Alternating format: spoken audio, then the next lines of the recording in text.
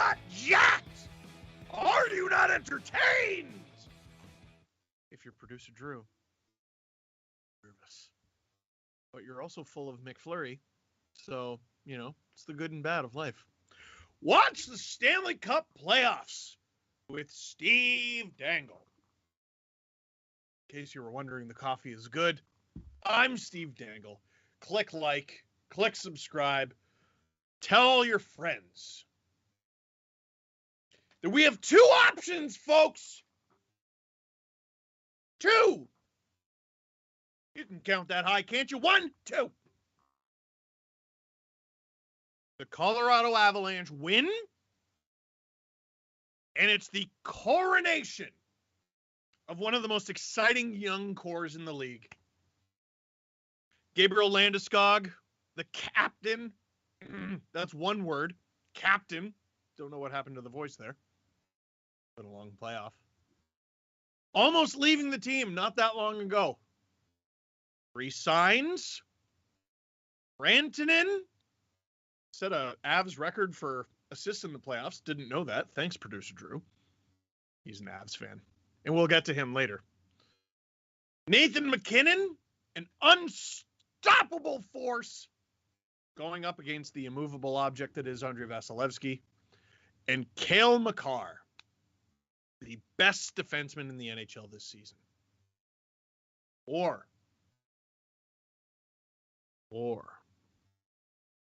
the Tampa Bay Lightning. Everyone talks about them like they're this highly skilled, highly talented, high-octane group, and that is because they are. But it's like if you genetically modified the Flash, Superman, and a cockroach. Imagine a cockroach is just like two giant biceps walking around your house. That is the Tampa Bay Lightning. They are the hardest team to eliminate in the league. And I know this because no one has done it since 2019. Steve, that was relatively recent. Was it? Was it? Think of what life was like in 2019. Bit different. Little bit different. So we are either about to see the coronation of the Colorado Avalanche or witness the beginning of one of the greatest comebacks in hockey history. You got to win 3 straight games against the Colorado Avalanche. These Colorado Avalanche. It's a tall task. But if anyone is up to it, it's the Tampa Bay Lightning. Will there be a too many men on the ice call tonight? Kind of doubt it. Should there have been last game? Just write the chat off right away. By the way, leave your comments and questions in the chat. Now we'll get to your comments and questions. But first, let me hawk some stuff. ShopSportsnet.store is where we sell all sorts of merchandise, hat picks. Dang it. On Wednesday nights. If you're a goaltender, tend the goal. But right now, Cooper talked about the first 10 minutes. Remember, graphics all over the place. Producer Nick is just pressing buttons. 6-1 in the opening period. This is going nuts, and that's fine. You should all go nuts because Game 5 is underway. Nathan MacKinnon already going at it. Can Steve keep up this pace for like 2.5 hours? We'll see. Andrei Vasilevsky makes the save. And sent away by Avalanche can't hold the line. Okay. Checking line with Anthony Cirelli. Here come the Lightning. Anthony Cirelli, who was a game-time decision in the starting lineup for the Tampa Bay Lightning. That should tell you everything you need to know about how important he is to the team. Almost came through there with great speed up the middle, and that's what the Avalanche are going to try to continue, much like Game 2. Some slight changes to the Avs lineup. Landeskog back with MacKinnon. I think Bednar might have swapped them a few times. in Game 4, and he can still swap him in Game 5. I wouldn't put too much stock into who's playing with who to start the game. Nazem Kadri turns it over, and we will get our first whistle of the game. That was stealth. Did you see that? Kadri just flipped Hippy the puck to the ref. So important to get in. He gets behind McKinnon. Oh, thank you, Producer Nick, for the reminder. Producer Drew, who is a Colorado Avalanche fan, did you know? There he is. Hey, show the mustache. Don't hide it. Show yourself. Oh, for the Lightning. Steven Stamkos comes out. He doesn't save that much flavor saver. It's so adorable and tiny. Producer Drew will appear, I believe, after every Avs goal. He'll appear whenever Producer Nick sees fit. So after the Avs score, perhaps when they're scored against, and especially when he is picking his nose. Jared Bednar, looking like middle management joker. You go back to Kadri for number 2, and I would never say that to his face. And that tells you everything you know. You're not going to waste. He's got one of those I could beat you up faces. Landeskog, Nichushkin, and McKinnon. The lineup I saw before the game had Rantanen with this group. So if I sounded confused a minute ago, I was trying to figure out why doesn't this look right. That's why. Held in, and McKinnon will flip it back in. But if it wins, it all looks right, doesn't it? 9 consecutive home games. Avs D, very aggressive. By the way, 46 shots. I noticed in Game 4, especially as it went on. You'll remember, as we get an icing call here, Tampa and Colorado, relatively even shot attempts in the first period. Colorado actually had more time with the puck. Oh my gosh, look at this. But the shots on goal at the end of the first period, 17-4 for Tampa. But Colorado, I mean, the numbers speak for themselves. Make no mistake, they are dominating this series. Through the first 4 games, they've been the better team. Not the first team, however, where I've thought that after 4 games against the Lightning. I thought the Leafs looked like the better team through 4 games. It's not because I cheer for the Leafs, it's because they were. I thought they were the better team through 5 games. It's not because I cheer for the Leafs, it's because they were. But Tampa, they win these best of 3s. Historic goal the other night, but as Colorado. Right now, they got to go a perfect 3-0 to keep their season alive. Jack Johnson with the huge hit at the blue line. Johnson looks ahead. Oof, on Belmar, I think it was. On his first shift, dumps it down the ice. And that'll be ice. Back into the Colorado zone we go. Please show a replay of that hit. They're not going to react to this. Oh yeah, there's Kadri getting smushed by Victor Hedman. They've been going at it since they were both drafted in 2009. Whoops. Hedman, the second overall pick that year. Kadri, I believe, 7th. Yeah, Tavares 1. Hedman 2. The Avalanche had the 3rd pick with Duchesne. All the big guys are getting the early ice time, aren't they? Kadri going number 7. Top line for Tampa Bay in the series 6. Game of the win in Game 3. Pass ahead. Drafted by a team who's not here. I don't know if... Has that been mentioned? Has anyone mentioned that? Ooh, Stamkos, decent little hit on Jack Johnson. He is an underrated Gronk, Steven Stamkos. He's so skilled that people forget how strong he is. Ooh! A deflection and a good save. Good save by Darcy Kemper. And we got a penalty coming up. Andre Palat down on the ice. It looks like JT Compher going off. Let's get a replay of what happened. He might have saved the goal. But here's the battle in front. You got Johnson just making sure Stamkos doesn't get anywhere near. No chance of getting your stick on a deflection when you can't even get to the front. But is that the call? JT Compher, is it interference? Gets into an area, and he the trip? Like he got hit in the face. I'm confused as to why. Nonetheless, it's a high sticking. High sticking. Was it the butt end? I think the stick even got up. Because his blade didn't appear high to me, but we also didn't have the right camera angle. Producer Drew, I mean, what do you think? No call or call? John Cooper what he was looking for, a chance to turn. He doesn't know. He doesn't. I appreciate that. I appreciate that you weren't like, you know what? No. The Avs have never done wrong, ever. Woo!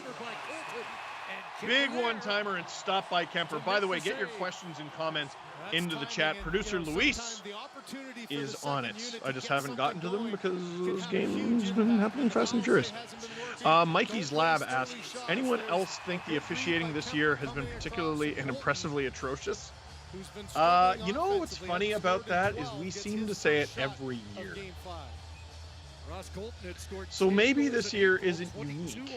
I mean, I think you're right. It feels like you're right. But I also feel like we have this conversation every single year. Every single year. And the too many men on the ice call or the non-call, I don't think has anything to do with it, really. Because Ryan McDonough, who plays for not the Avalanche, said it. That play that ended last game, that happens all the time. All the time. Now, slashes happen all the time, and cross-checks, and roughing, and interference, and it gets called. But it does happen all the time. Just over a minute to go. And that clear, I think, on the Tampa bench, that's a good clear. Now you get your top unit. Can't hear the broadcast. I wonder what they're saying about him. So many of the Lightning have to be playing hurt. Nifty move from Andre Palat, slightly picked off. Oh, Corey Perry starts. Holy smokes, look at the puck moving from the Lightning. I thought that could be a one-timer there for Palat. Could still be. There's still 50 seconds to work. I feel like it's been story time through this whole power play. Oh my goodness! Corey Perry just can't get to the puck. Ooh. It's a knowledgeable crowd knowing how important this early kill is for the home side. Victor Hedman was not afraid to jump up offensively last game and paid off as he got one of the goals for the Lightning. Nifty move from Kucherov, gets it to Perry. Ooh, I thought Perry had a lane there. Gave it up a little early. Hedman in the dying seconds of this power play. Victor Hedman puts it on and it goes, Nikita Kucherov, sorry, puts it on and it goes wide. Those two players do not look alike at all. I don't know. Kucherov. Hedman. On, wide. Avs kill the penalty. Lightning still have the puck in their zone. No, they do not. As JT Comfort joins the rush. Logan O'Connor chases after it. Ooh, and the Habs get a little ozone time here. Tired power play group for the Lightning. I think at least a few of those Lightning players were out there the entire power play. I think Perry swapped for Maroon, and that was about it. Here comes McKinnon. Chugga, he's terrifying. Byram. Shauna Vasilevsky, he didn't look too confident about where it was. Covers it up, but the Avs at very least get an ozone draw. I think we'll take a look at the power play that was. The Lightning look gassed. Oh! Such a good opportunity for Palat. Just doesn't get all of it. Byram's sneaky shot stopped by Vasilevsky. Vasilevsky 19-2 playoff record following a loss. John Cooper talked this morning of going from. Now, one of those losses came last round against the Rangers. Another one came against the Colorado Avalanche. That was game 2. Before this initial break in the action. Won past 3 elimination games by 1 goal each. The crowd is just incredible, and what that does when you're on the road is kind of makes you feel like you're playing worse than maybe you actually are. Avalanche win the ozone draw. Byram throws it on wide. Colorado's been so aggressive, and they've made it really difficult. I keep talking about the zone game. Any scoreboard damage done. Because Colorado makes it hard to exit your own zone and hard to enter theirs. It's actually pretty simple. We're going to a break, but when we come back, we'll have the first period of Game 5. Lightning, Avs. Watch the Stanley Cup playoffs with Steve Dangle. Click like, click subscribe, tell all your friends.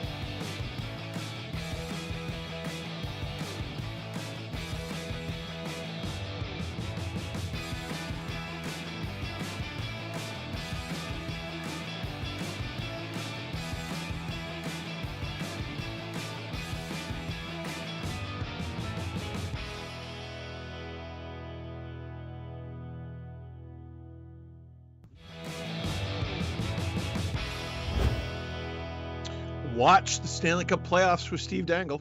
I'm Steve Dangle. Click like, click subscribe. Tell all your friends. Tampa with a chance to go up early in Colorado. Tampa gets the first goal. Game 5, Game 6, and Game 7, Vasilevsky, we know this is a different beast. So that's a big kill for Colorado. Second line out there, Kadri still not taking faceoffs. Rantanen out there for him. With Lehkonen. Now, producer Drew would know this better than I. I know Rantanen takes faceoffs. I don't believe it's ideal. Landeskog was with Kadri last game. So I can't imagine this line is going to get a ton of D-zone draws. I feel like under normal circumstances they would. Kadri's pretty good defensively. Lehkonen is. Rantanen, I know, is, amazing passer. Amazing goal scorer. Is this going to be a partial 2-on-1 for the Lightning? It looks like it. Nick Paul held on to it for a while. I thought you could have called a hook, and they will. Yeah, I don't know about the first call. I definitely think they got this one right. It might have been a 2-on-1. Nazem Kadri to the box. Let's take a look. Smushed by Patrick Maroon. And yeah, that's a hook. That's a hook. Producer Drew concedes it's a hook. Colorado playing with fire early. Tampa, the better team to start the game again, as they were in Game 4. You might remember Colorado won Game 4, though. Well, the biggest penalty kill of the series since the last one.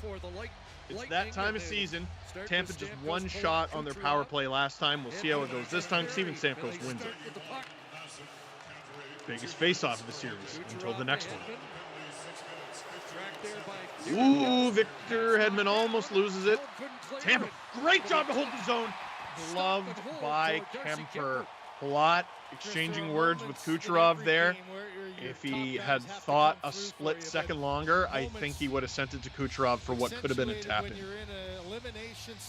Difficult to process information that quickly, and Palat doesn't exactly have the view that I do.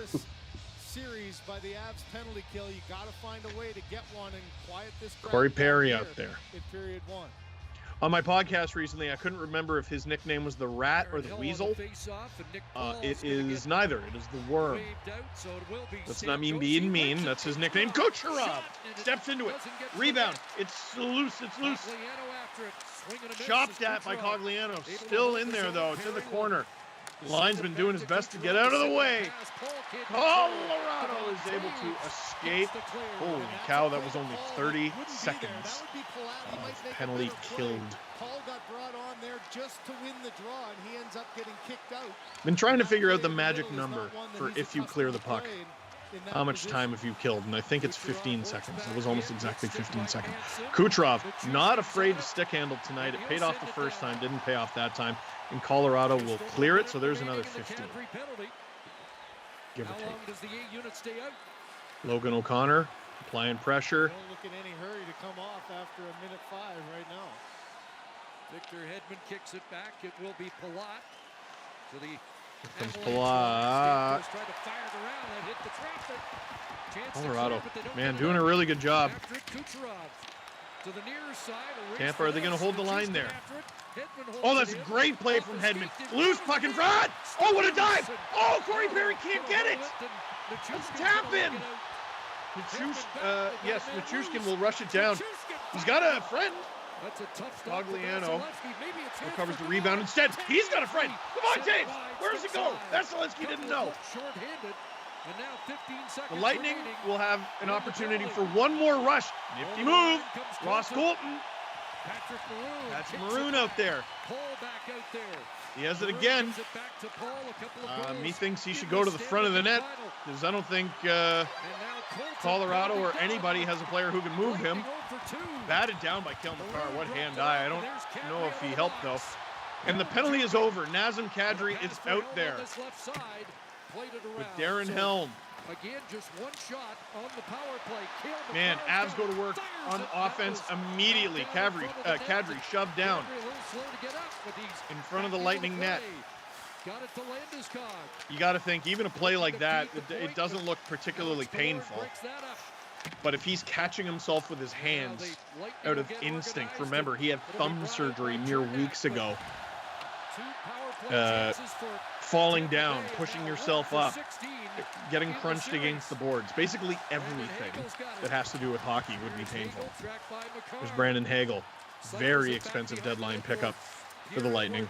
A little earlier than the deadline, though. Is that going to be the third penalty? I don't think so. Whoa! That was a laser beam of a shot from Brandon Hagel exactly halfway through the first period, but the glove of Darcy Kemper says no. People really underrated the game that Kemper had in Game 4. There was that opportunity. I think it was Eric Johnson with the giveaway, and then he made up for it himself. Kemper, listen, I didn't love the goal that Victor Hedman scored. It was a very, very skillful play to skate in the way he did, make the move that he did, but the backhand itself wasn't the best. But outside of that, Kemper, I believe, had a 9.49 and an assist on the OT winner as the puck goes over. And by the way, how funny was that I talked about that early in overtime? Kucherov wants it bad. You can really tell the nights where Kucherov wants the puck. He's not a subtle player at all. He wants it. Whoa! Lekkinen gets crossed up with McKinnon. Nichushkin puts it into the corner for Lekkinen, not afraid to go and get it himself. Oh, Nichushkin threw it in front. Jack Johnson. Colorado with it. McKinnon goes down. Is that going to be a trip? I think it is. Oh, and the puck just hit a piece of broken stick. Oh, McKinnon! That pass would have been easier if there weren't so many shards of broken stick on the ice. It's Stamkos' stick who broke. So this is already, Colorado's basically on a power play right now. Have they whistled the play dead? They have not. At the very least, Stamkos gets to go to the bench. Here comes Kadri. Puts it on. Oh! Where is it? It's behind the net. The piece of broken stick really confused me. Wow. Colorado's going to go to the power play for the first time in this game. Ooh, that's underratedly a pretty dangerous play from Stamkos, going in skates first. Oh, Vasilevsky barely stopped that, and it hit the post before going wide. And on the ensuing power play, Colorado might get a better chance to score than that. Or Tampa scores shorthanded, because that's just kind of their DNA makeup. They're ridiculous. Watch the Stanley Cup playoffs with Steve Dangle. I'm Steve Dangle. Click like, click subscribe. Tell all your friends. It doesn't have to be Stanley Cup final related questions in the chat. In Brunette, we trust, ? Steve, with Trotz off the table, what's next for the Jets? So I was talking about this a little bit today. There was the very strange comment from Pierre-Luc Dubois that he didn't necessarily want a long-term deal. He wanted to go to free agency. That probably more means that the Jets aren't giving him what he wants. But, you know, they could be facing major changes this year. Scheifele could be gone. Wheeler could be gone. Dubois could be gone. Call me crazy. I think the guy they should hold on to out of those three is Dubois. I thought he had a real good season last year. He really only had the one blip the season before. Or sorry, he had a real good season this year. It's not over yet. Speed Wobble the year before. Wonder why. Cheaper, although he doesn't have a contract yet. Mark Scheifele, he doesn't strike me as a guy who's happy in his current situation, and I hate his defensive game. And Blake Wheeler, pretty much the same criticism. Again, elite offensive player. Don't care much for his defense. And he makes 8.5. Jets are a good team. They got good pieces. But what's next for the Jets? You probably wanted an answer behind the bench. Good luck trying to figure out what teams are thinking behind the bench. The Florida Panthers just hired Paul Maurice. Like, I didn't see that coming. But I think they got some much larger personnel questions. Tampa on their first penalty kill of this crucial Game 5. They win the face-off. They get it out. Stamkos in the box. Oh, a giveaway. Nick Paul shoots and goes behind the net.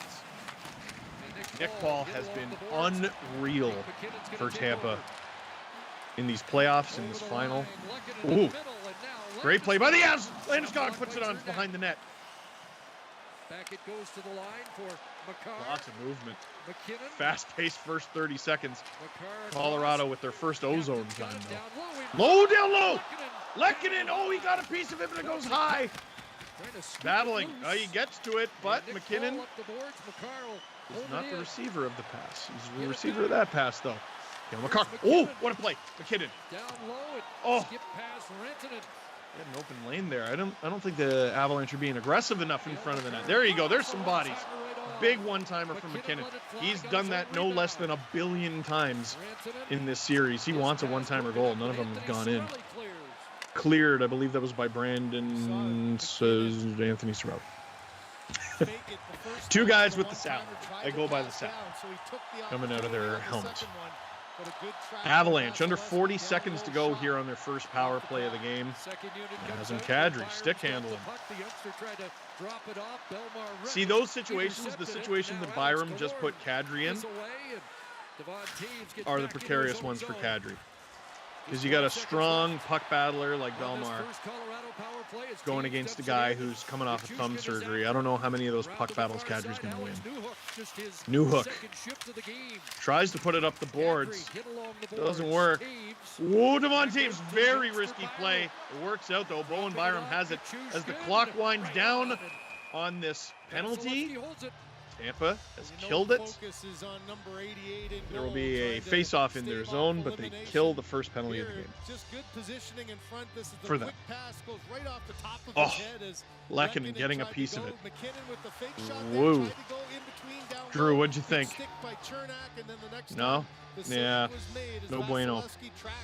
Gets down low. I thought early on here we've seen so that was that's a good stop. That's a sharp save from Vasilevsky. You kind of wonder what it's going to take to beat him. By McKinnon down low and Vasilevsky in good position. Darren Helm on the face-off loses to Stamkos. No one is happier that that penalty was killed than Stamkos, who was in the box. Ooh, ooh! Avs door came open. I don't think that was. I think that was an accident. I don't think the door was closed. Oh, this is a good breakup for the Avs with speed. Partial 3-on-2 even. Stop. A lot of shots in this game for both teams. Oh, Avs blocked their own shot. And here comes Nikita Kucherov. One-on-one with Cale Makar. And he hits Kucherov's stick out of his hand. Kucherov not happy. Makar goes in deep and comes out with the puck. Whoa. At very least, the Avs hemmed the Lightning in their own zone for a minute, as I assume they were getting a line change. Puck goes deep. Oh, Kemper, buddy. Yeah, I don't know if that was the play. Okay, Avs come out with it. Newhook with speed. Good spin. Ooh, I thought he had a little bit more time to go around Sergachev. Fires it on, and once again, at very least, it'll be an O-zone draw. Colorado manages their zones so well. St. John's Newfoundland product, Alex Newhook. looks for his first goal. Yeah, I thought he had, with Sergachev down, I thought Newhook had the time, power around him, and then you never know. Watch the Stanley Cup playoffs with Steve Dangle. I'm Steve Dangle. Click like. Click subscribe. Tell all your friends. Click like, because it means goals for your team. It does. We've been doing these streams for 3 rounds now. No, we've completed 3 rounds. This is round 4. Sorry, last year we did 3 rounds. I was very confused. And it means that your team is going to score when you click like. It's just true. It's just true. Okay. Homegrown Sask. What's your thoughts on the Seattle Kraken next year? So here's what I keep saying about the Seattle Kraken, because we all thought the Vegas Golden Knights were going to be bad heading into their inaugural season. Because on paper, based on what we knew about their roster, they were bad. Turns out we were just wrong about the roster. Like, none of us had really heard of William Karlsson. Guy goes out there, scores 40 goals. You know what I mean? Marchessault in a role higher. All those guys pretty much had played in a role higher than they were used to. They won their first game by Marc-Andre Fleury stopping everything and James Neal scoring all the goals. The biggest sin the Seattle Kraken committed this past season wasn't that they were bad. It's that they were irrelevant. The Vegas Golden Knights, we all thought one thing, or a couple things, heading into their inaugural season. 1, they're going to be real bad. 2, they're going to be real fun. They're going to put on a fun show. Their in-game presentation is going to be amazing. And I'm not saying Seattle's was bad. I like their arena. I like their fans. I like their goal horn. But man, like when it came to storylines about the team, there was nothing to talk about with the Kraken. So the Kraken's mission this summer is to make themselves worth discussing.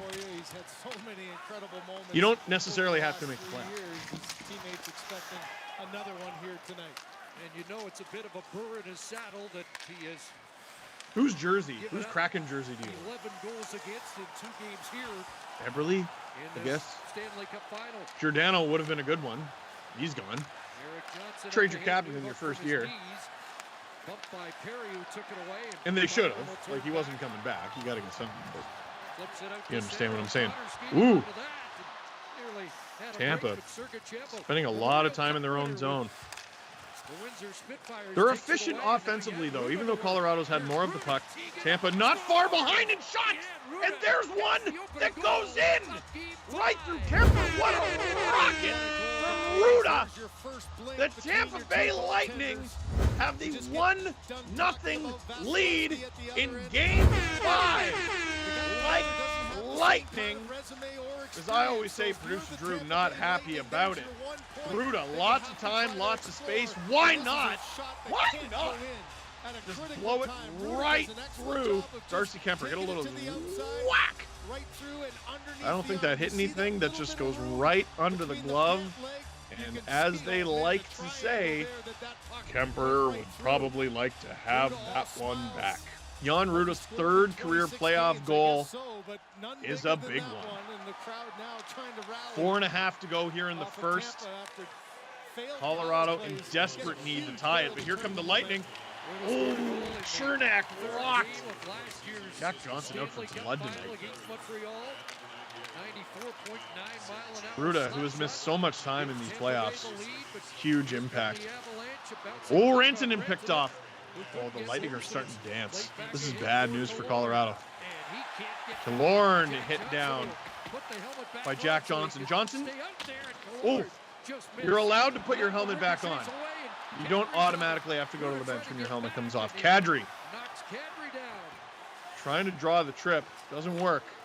Man, sticks have been going everywhere. He's like the 4th, 5th player to drop his stick in this game. Kucherov comes in. Stop by Kemper, but not very comfortably. The first save after you let in a goal often looks like place your bets now.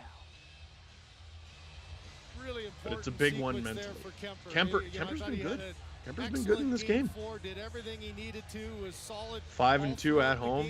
Colorado's at-home stats are preposterous. And he comes back with Kucherov flying down. So it's not just that Tampa has to win this game; it's that they have to win 2. They have to win 2 in Colorado. There's a shot, and Kemper, what? About that. I was going to say Kemper stopped whatever that was. That some might have thought sure. Him, but he was not what happened there? And how about that squeeze? Look at the goaltender's look. Wow. Him, just a nervous one. That's actually nice job of quick release. That's a difficult save. He almost moved out of the way of that thing. Squeeze of the elbow what I tell you, to hold that one off. Colorado has looked like they've had the puck a lot more. Shots are 10-10. Goals 1-0. Now Tampa leads in shots. Real efficient. How long have the last 2 shifts been? 5 seconds combined? Maybe? 2 shots. A face-off win for Colorado might be nice, eh? You got to get out of this situation if you're the Avs. Goodness gracious. These moments with the cup on the line, as you mentioned, they win this one. Right Devon Taves. This time McKinnon wins the draw. Now McKinnon. Oh, Nathan McKinnon with speed. Trying to draw the call. Doesn't work. He was just unable to split the D. Sergachev and Hedman with it. Fans were looking for a penalty oh, call. that's offside. Great that's play offside. by Sergachev, though. You remember Sergachev with the play against Kadri in overtime. He got 3:17 to go here in the first. This was an unreal play by Nichushkin. That's just a good hit. That's just a good hit by Sergachev. That's not a penalty. That's yeah, just that's just a real good hit. Impressive because not a lot of guys just bowl over Nathan McKinnon. For a guy who's known for his skill and his speed, he is. People forget how big he is. Oh, that's called. Whistle for something. Outside the line. A reminder to join maybe offside. Again, if this is your first time, I can't hear the broadcast, can't hear the game, can't hear the whistles. I'm just going by what I see. And I can feel the excitement, but I can also feel the nervous energy in Denver.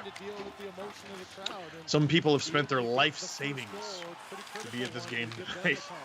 They want to see the cup. Oh, but the Lightning don't want to give it to them, do they? 4th line for the Lightning. They've been real good in these playoffs, real good in this series. Haven't seen a lot of them. Oh, Maroon trying to draw a call on Byram. I don't think it worked. 2:45 to go. Where'd it go? Kemper looking a little panicky since that goal went in. Eric Johnson with it behind the net. Lots of time, lots of space. Eric Johnson waits till fresh troops arrive and now starts the John Cooper this morning talking about the altitude in Colorado being a factor. Let's see if it is again tonight. Lightning doing a good job managing the corner, but Kadri bats it down, throws it on. Where is it? Kadri there, and he gets his own rebound. Kadri back at it. He's looking mighty comfortable out there. Jack Johnson with it. I don't know about that pass, but it's behind the Tampa net. Oh, Lehkonen. The Avs always play like there's 6 guys in the air. Oh my God! Where is it? It's still loose. I can't believe there's no whistle. Josh Manson. You got to get up. Jack Johnson throws a few head fakes in there. Short pass to Kadri. Lehkonen. Stopped by his former teammate Perry. Oh, Lightning finally get out of there. And a merciful change. What a shift from the second line of the Avalanche. 1:15 to go here in the first period. 1-0 Tampa in this crucial game 5. Oh, Colorado hunting down the tying goal. Cale Makar loses the handle. The Lightning have numbers here if they get it out. They do, but not with speed. Oh boy, Devon Taves really needs to get this because Cirelli's going to get to the puck first. Where is it? Behind the net. Kemper had to be alert on that. Oh, interesting play for Colorado. Here comes Nathan MacKinnon. What a move! Oh, I think that went through Vasilevsky, but not into the back of the net. Oh my goodness! Landeskog. Did that hit the post? 30 seconds to go here in the first period. Oh, blown tire by Cirelli. Nichushkin takes advantage. Makar misplays it. It's into the corner. Taves behind the Tampa net. Makar tees it up, doesn't shoot. Ooh, painful looking block shot, but worth it. Tampa fighting for their season here, and with 9.9 seconds to go in the first period, Colorado draws the icing for the ozone draw. Here's that MacKinnon opportunity, and I was right. It went through Vasilevsky's legs and wide. Oh, producer Drew. Oh, pain, suffering. That Landeskog shot that I thought hit the post was just a stop. Cirelli going down the tunnel. I wouldn't read too much into that. There's 10 seconds to go in the frame.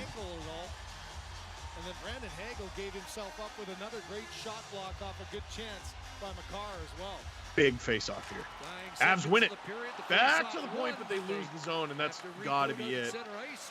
Unless it's not. Kadri, yeah. No, offside. Offside, but I think this is a ceremonial face-off more than anything. I love the fact the way he started this big game for his team. He went 2.9 seconds to go. You never know. Back to number 1 to number 2. You never know. Sending the message to his team. It's all about getting off to the good start. Now his team's falling Have any of you been to Toledo? At the end of the period here, Holy Toledo. What a first period. 24 shots. Only one of them went in. This is what we've been doing since the first day of training camp. Thinking of getting here. End of the first period. 1-0 Lightning. Thanks to that man, Jan Ruda, and that man, Andrei Vasilevsky, who made some big saves and got a little lucky in the process. 1-0 Lightning after one. Watch the Stanley Cup playoffs with Steve Dangle. I'm Steve Dangle. Click like, click subscribe. Tell all your friends. Now, we got some intermission entertainment for you, brought to you by Sportsnet. We have a feature on Joe Sakic and how he built this young Colorado Avalanche team that could win the Stanley Cup tonight, although they are losing. And we also have a feature. It's Tim McAuliffe from Tim and Friends talking about that Kadri Game 4 winner that maybe should have been a penalty, but super wasn't. Watch the Stanley Cup playoffs with Steve Dangle. I'm Steve Dangle. Click like, click subscribe, tell all your friends, and enjoy.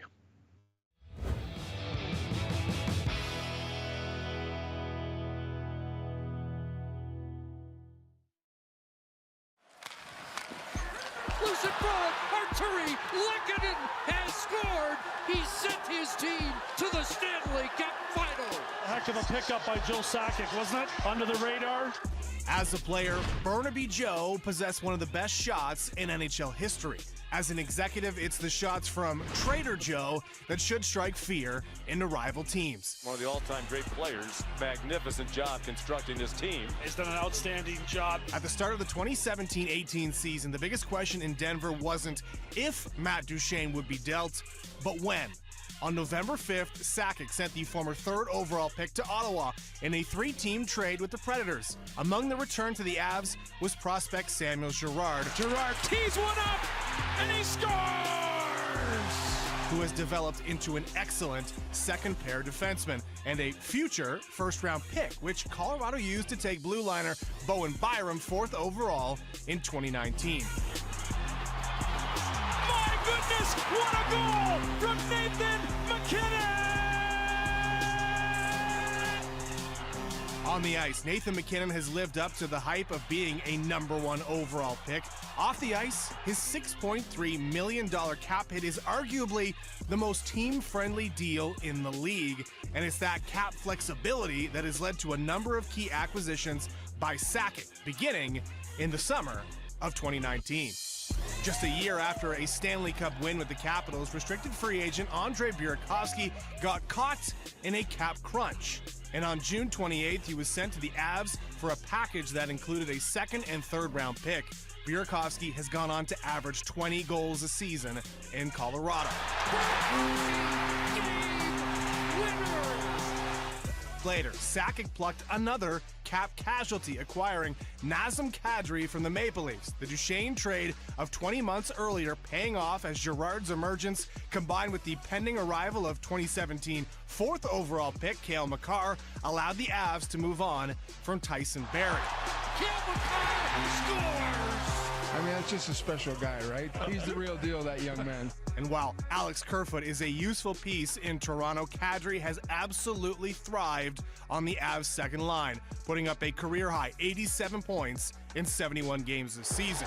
Shot from Kadri, and it's a hat trick. Nazem Kadri, tremendous season, the best of his career at age 31. Another guy that Joe Sakic brought in with some playoff experience. If NHL players had gone to Beijing this past February, there is a chance Devon Toews would line up alongside his D partner Cale Makar, which is likely not what Lou Lamoriello expected when the Isles sent the restricted free agent to Colorado for a pair of second-round picks in October 2020. Again, Sakic seeing an opportunity with a cap-crunch team has led to Toews excelling on the Avs' top pair, recording 88 points in 119 games over the last two seasons. As a player, Joe Sakic didn't miss 625 times in his career. Sakic takes the shot. Oh, baby! And as an executive, he hasn't missed much either. He knows there's more work to be done. It's a group that believes in each other, and we believe in them. Now the Avs legend has his team in position to stand atop the hockey world. We're looking to dethrone the champs.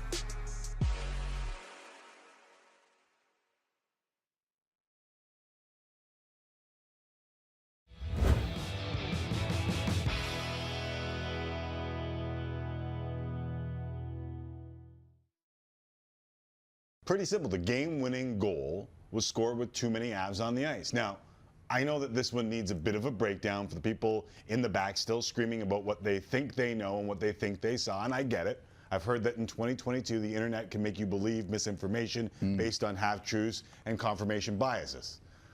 I'm going to try and help with facts, knowing full well that that is not going to work for some.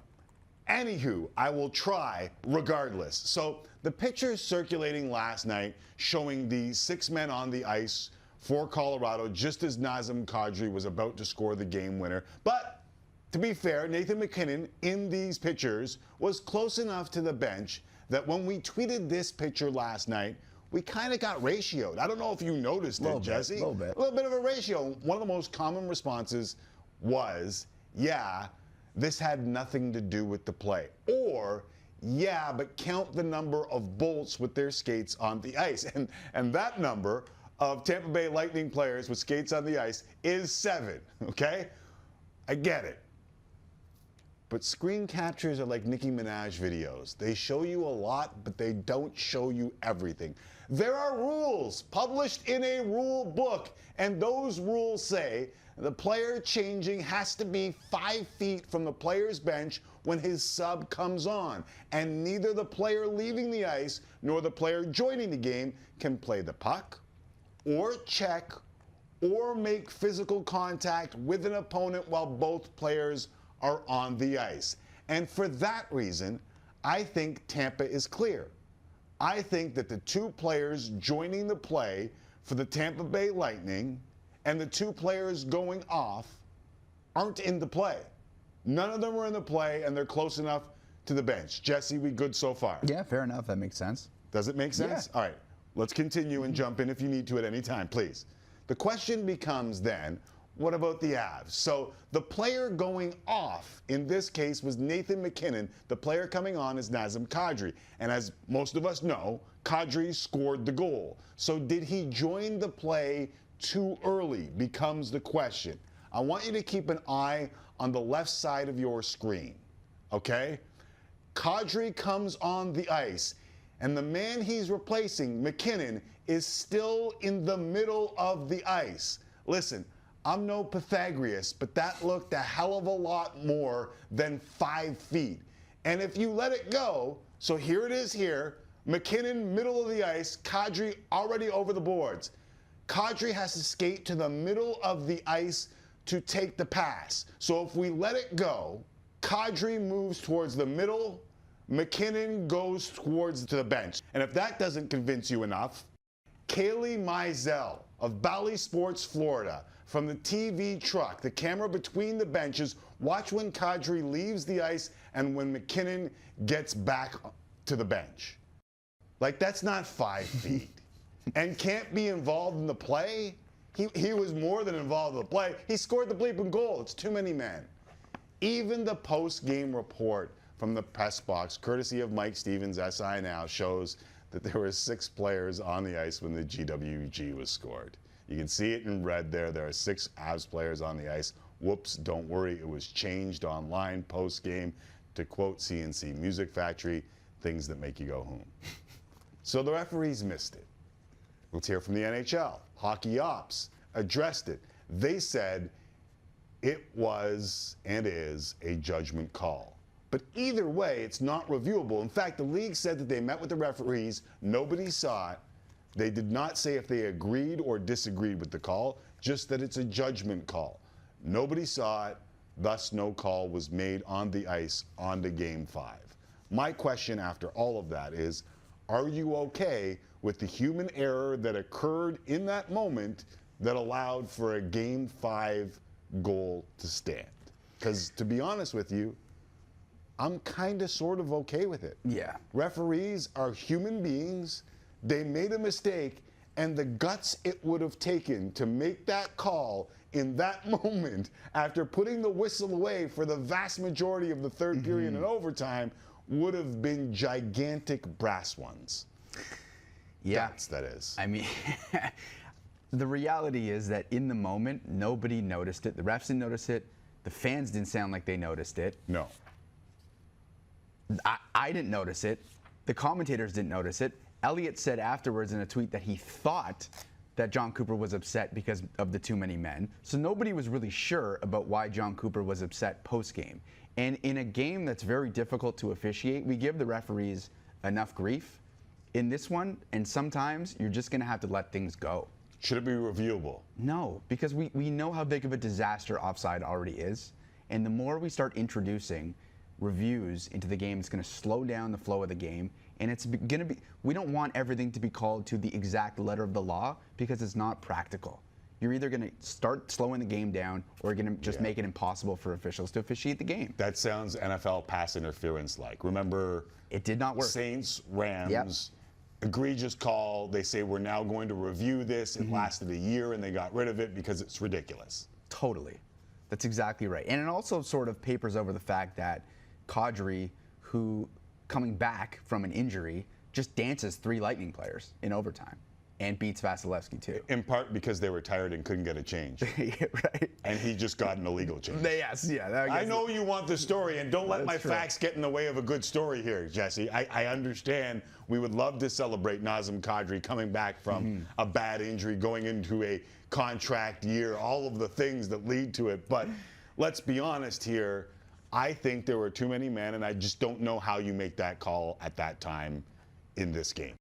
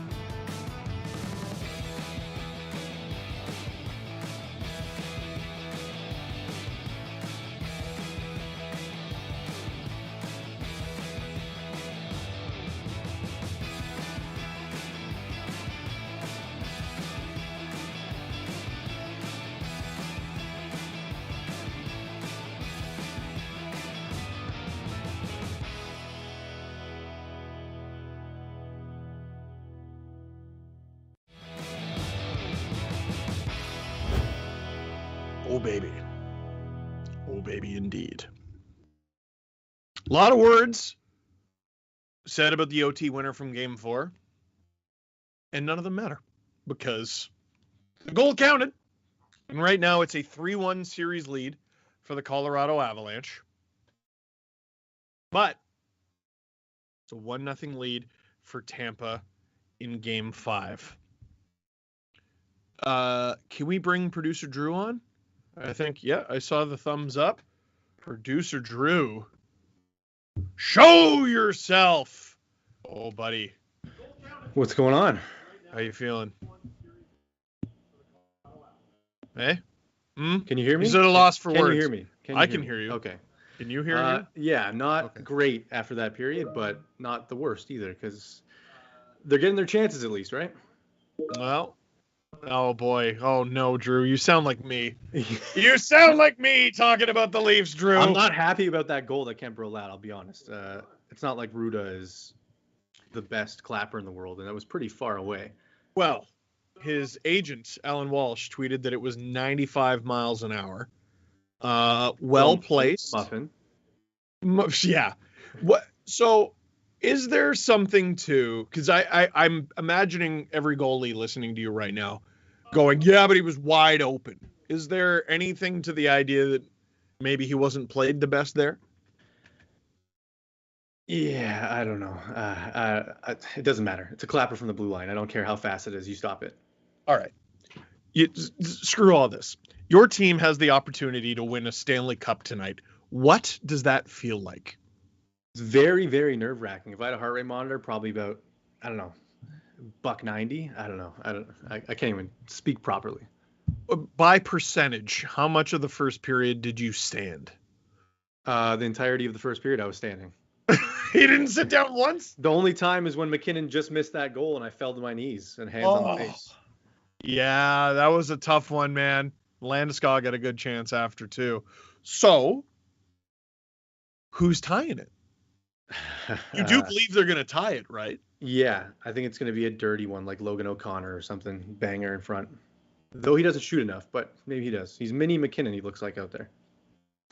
There are a few guys on Colorado where I'm like, you do a lot of stuff, and none of those things are scoring. So it'd be interesting if he got one. That's very Stanley Cup final. What are your anxieties heading into the second period?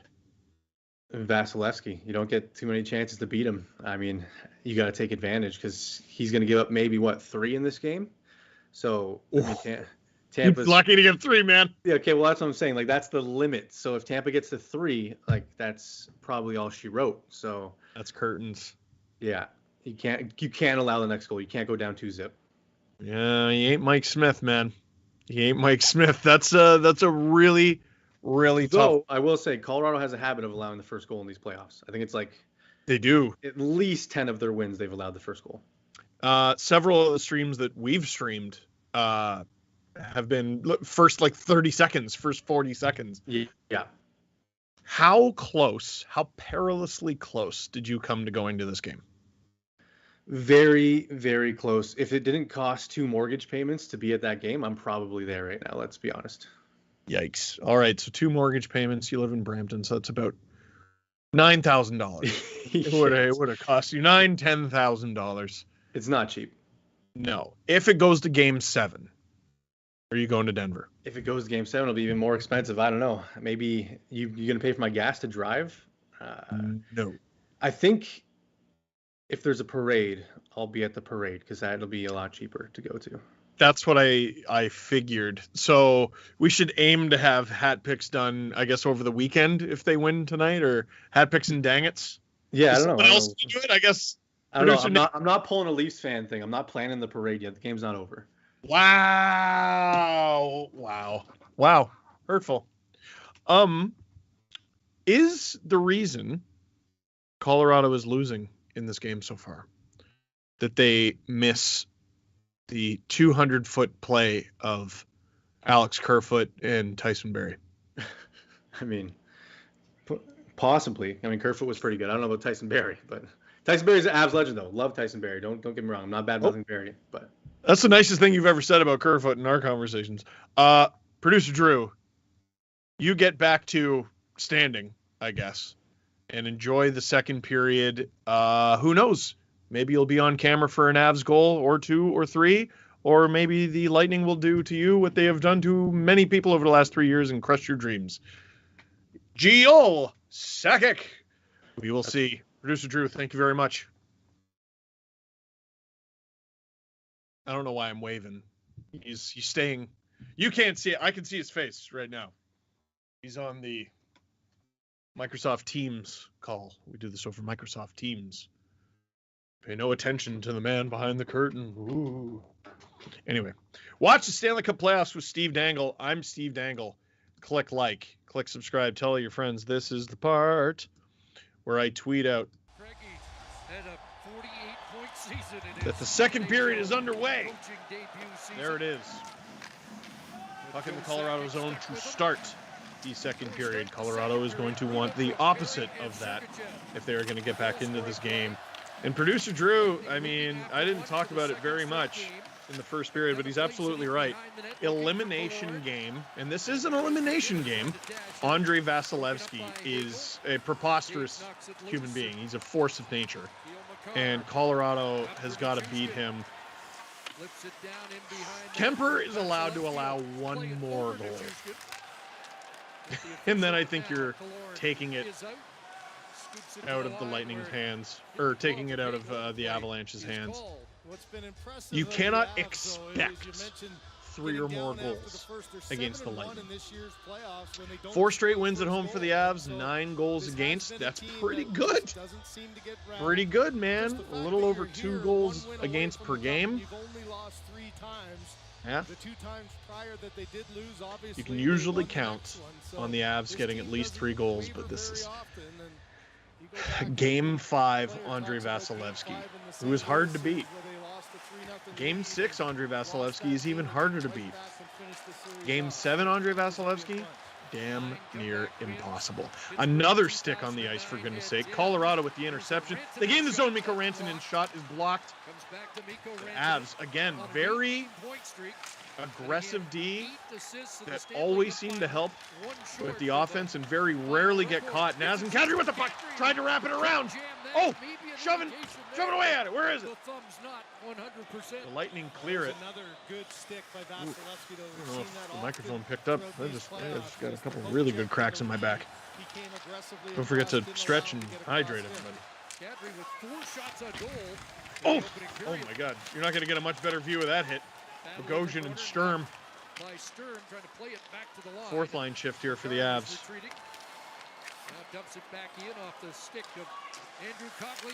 But if you have Kel McCarr out there, is it ever actually your 4th line? Lightning, nifty play, but the Avalanche back checked well. Ooh, bit of a fortunate play. Avs gain the zone with speed. Shot. Stopped by Vasilevsky and out of play. Stamkos and Cogliano. Not the first time they've gone head-to-head in the Stanley Cup Final. The first time was in the bubble in 2020. Stars and Lightning. Stamkos came out on top there. Great poke-check from Vasilevsky to prevent the wraparound. I don't think the wraparound would have gone in, but you prevent the rebound. Won the battle. Yanni Antero Havisto. Steve, how has Arturi Lehkonen looked in your eyes? Not like a Finnish defenseman named Mikko Lehtonen. I haven't noticed him as much as I would hope. I thought he was a great acquisition for the Avalanche, and I think he's going to be with them for a while. I think they're going to work really hard to keep him. He needs to be more of an offensive factor. I think Lehkonen does a lot of things well, but some finishing, no pun intended, would really help his game. Although when he does score, it seems to be an overtime winner. McKinnon puts it on over the net. Again, the Avs make it so hard for Tampa to get out of their own zone. But Tampa doing a really good job at surviving that fact. Nick Paul. What an acquisition for the Lightning. I'm a little surprised Kemper gloved that. The Lightning, a little brouhaha. Nothing coming of it. Nothing coming of it. PartyCasino.fun. Bring on the party. The never-ending injury adjustments. That's an interesting wrinkle. There's Anthony Cirelli. He left the first period early. Cooper goes to the fourth line to get his bottom six some minutes here early on, but we'll have to. He's banged up. I mean, all the Lightning are. I'm sure a lot of the Avs are too. Fourth line shift. Stamkos was going to the bench. It was Hagel who was coming back out. For the Lightning. We'll see how much action Cirelli does get. The ozone. Belmar against Comfer. Belmar always very talkative in the face-off time. Very animated. Something about him. He's very unintentionally funny. I like watching him play. Avs get it deep, as they often do. Tampa survives, as they often do. And they'll throw it into the corner where Riley Nash is going to charge in. Belmar, Maroon in front. Lightning have options.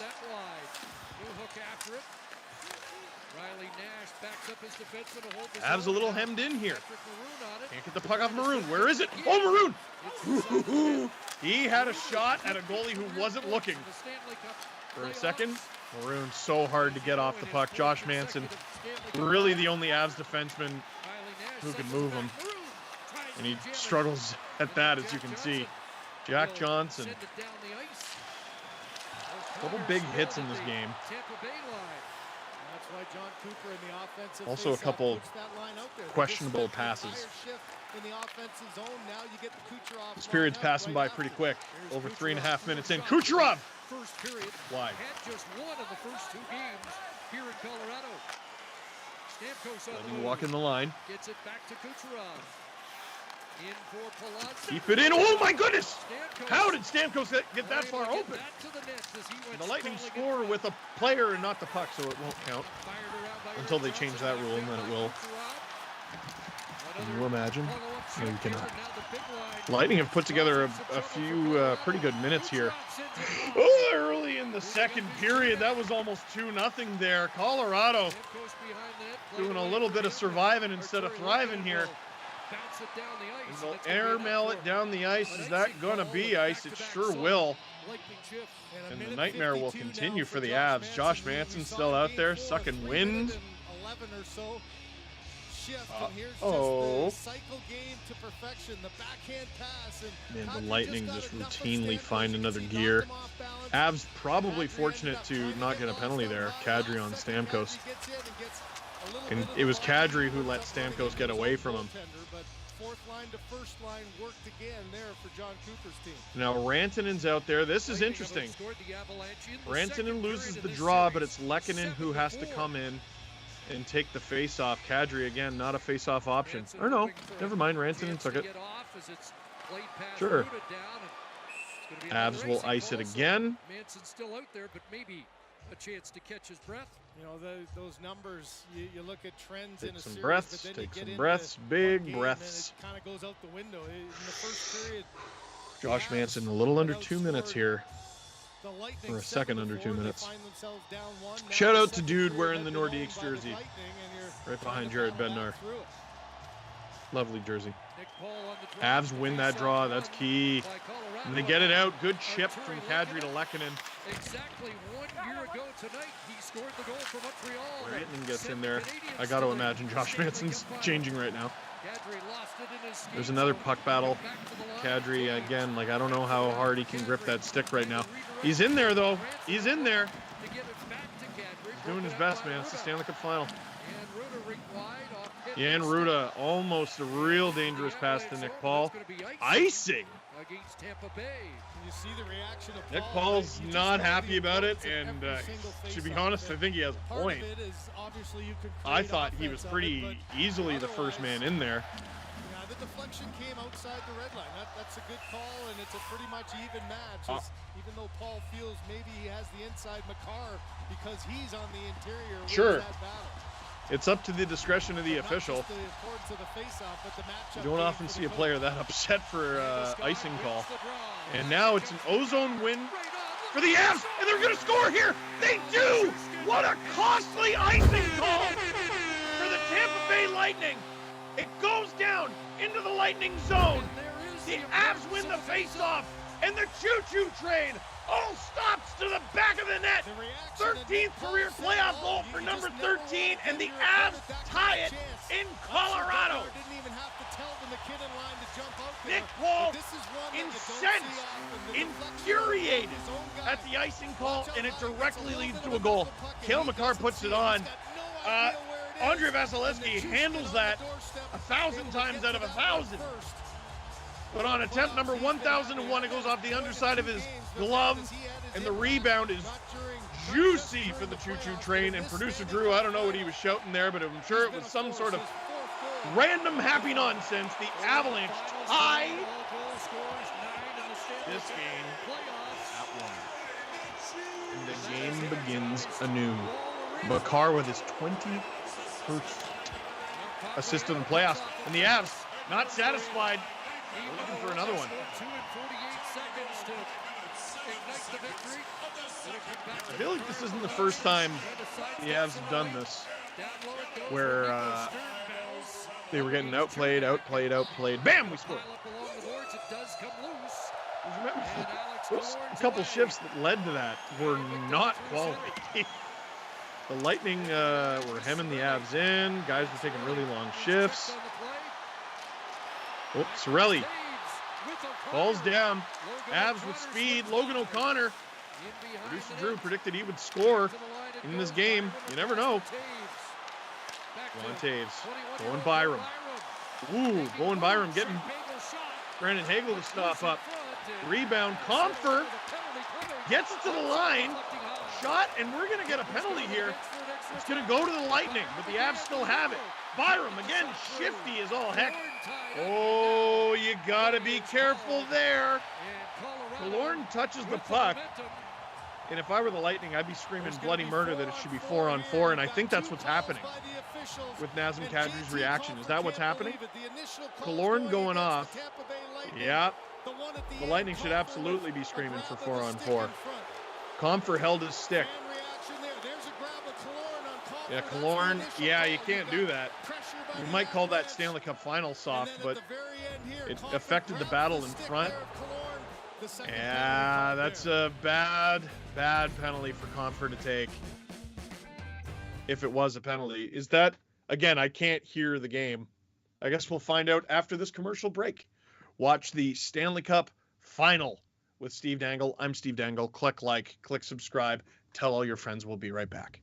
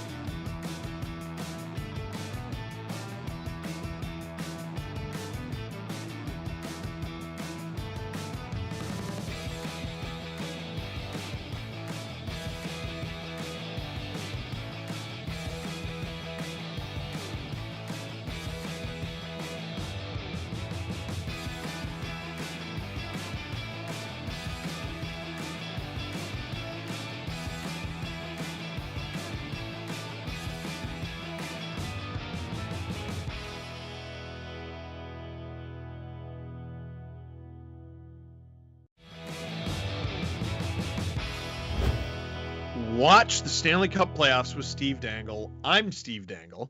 Click like, click subscribe, tell all your friends. Now on Twitter, we have Dang It Nation, which is full of misplays. I don't know if Comfer making this a 4-on-4 is bad enough for it to be a dang it.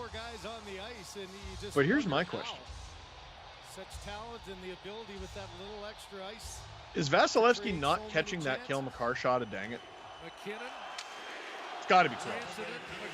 4-on-4 here. Killorn takes a penalty on Comfort. Comfort takes a penalty on Killorn. Pretty needless penalty from Comfort. It's if the Avs lose this game, they'll regret that moment. If it's a tight game, if the Lightning blow them out, it might be different. Oh! Almost a deflection there for Nick Paul. Lightning obviously looking better in the first 30 seconds, and Cale Makar's going off to the trip. Andre Palat draws his second penalty of the game, and we're not even halfway through. Lady with the lollipop doesn't like it. When you think of John Cooper in this situation, Where did you bring that, or did they sell them there? His stick gets right into Palat's feet. Oh. That's, I mean, yeah, Drew's saying dive. Drew, I know you can skate, you liar. Producer Drew, that's a tough one. So now it's going to be 4-on-3 for nearly 90 seconds. Avs without Comfort or Makar. Probably more importantly, Makar. This is no small moment in this game. So who we going with? Helm, Manson, and Jack Johnson for the Avalanche. Perry out there with Stamkos, Palat, and Kucherov. Not a single defenseman on the ice for the Tampa Bay Lightning. And 4-on-3, probably the right call. Stamkos with a shot and a rebound. Stamkos with an 88-mile-an-hour slap shot, and that feels tame for him. Ooh, the Lightning are real tight in the Avs zone. And they just recuperated again. This power play is going to feel like it lasts forever for the Avalanche if they get to the end of it. Early returns suggest they will be lucky to get to the end of it. Kucherov to Stamkos. To Kucherov! Blocked by Josh Manson, who has blocked some pretty nasty shots in these playoffs and in this series. Oh boy. Stamkos down low to Perry. Oh, Kucherov with it. Down low to Palat. Palat to Kucherov to Stamkos. Shot. Oh. Still 30 seconds to go. Wham! Stamkos with like his 4th or 5th one-timer attempt of this power play. Playing like a team, fighting for their Stanley Cup lives. He fakes that one. Kucherov scores! The Tampa Bay Lightning go up 2-1 on a 4-on-3 power play. What a turn of events. Oh, the worst case scenario for the Avalanche, where they kill the majority of it, get nice and exhausted, and Tampa scores near the end of it. Josh Manson blocking a nasty-looking Kucherov shot. Producer Drew in shambles right now, punching the air, kicking walls and trees. And I think this is the goal. Nope. Yes. There it is. Kucherov. And Kemper can't see a gosh darn thing. Perry is taking his eyes all the way away. He can't see a thing. And Killorn, no happier man in the building than him. And that's how much the Comfort penalty cost the Avs. They had just scored to tie it. Comfort draws a call on Killorn. A solid 5 or 10 Mississippi later, Comfort takes a penalty on Killorn. It's 4-on-4. Makar takes a tripping call on Palat. Was it accidental? Of course. I think it was accidental. A lot of trips are accidental, but it's still a trip. And it's 4-on-3 against like the most lethal team in the league, basically, other than you. And the Norris winning defenseman's in the box for it. The Avs put themselves in a flip of the coin position, and it landed on a Lightning goal. So now the Lightning with the lead again. Vasilevsky allowed the first goal of the game on a mistake. Do you think that is going to happen again? I wouldn't bet on it. Here comes Stamkos, playing like a man possessed tonight. This game's still not even halfway through regulation. Kadri turns it over at the offensive blue line. Tampa throws it in. No ice.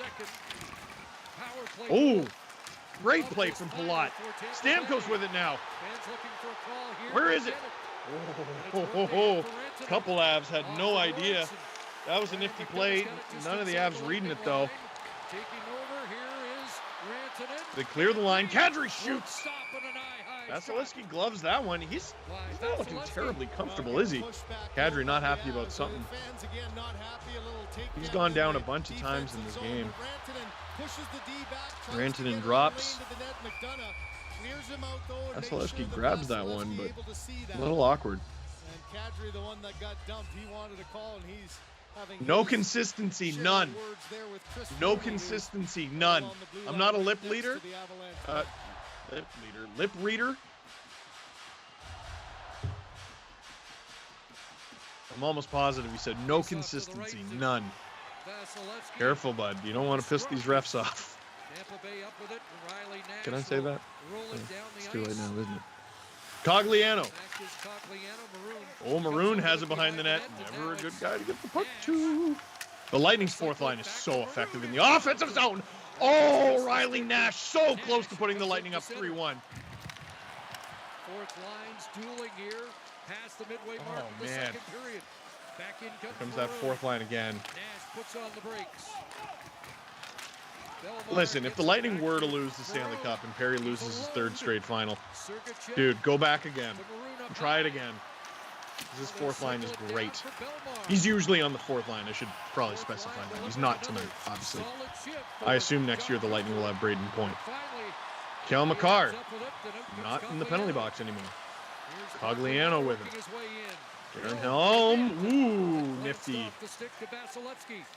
There's Perry on the fourth line for the Lightning. Perry here with the Lightning facing elimination in Game 5. Belmar up and Colton sends it back and they'll regroup back. You know, I don't know if this series is going to be 5 games or 7. And Newhook scrambles back into Colorado ice too. But everyone seemed to think it was going to be a high event Stanley Cup final when it began.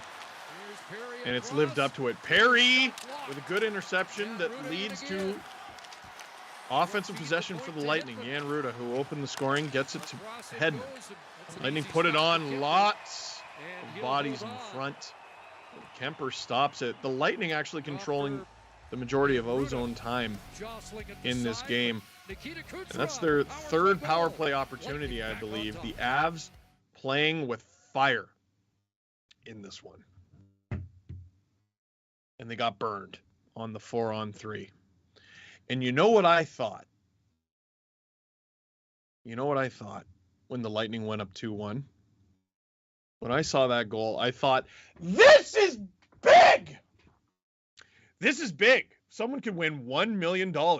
Enter game code 4CHECK for a chance to win instant cash prizes and Sportsnet Now subscriptions. Go to sportsnet.ca/this is big! Or open the Sportsnet app to play. Once again, that game code 4CHECK. Spelled with an E. I checked. I even 4-checked. Terrible. Terrible. Not good. Also not good. Having a chance to win the Stanley Cup in a tied game, drawing a penalty, and then needlessly taking a penalty that eventually led to a 4-on-3 power play for the Tampa Bay actual Lightning. It's the little things. JT Compher.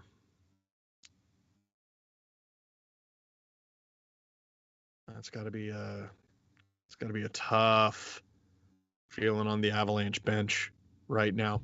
Oh, so Louise, producer Louise, reminding me that we can do our grab a thing in 10 seconds and tell a story about it.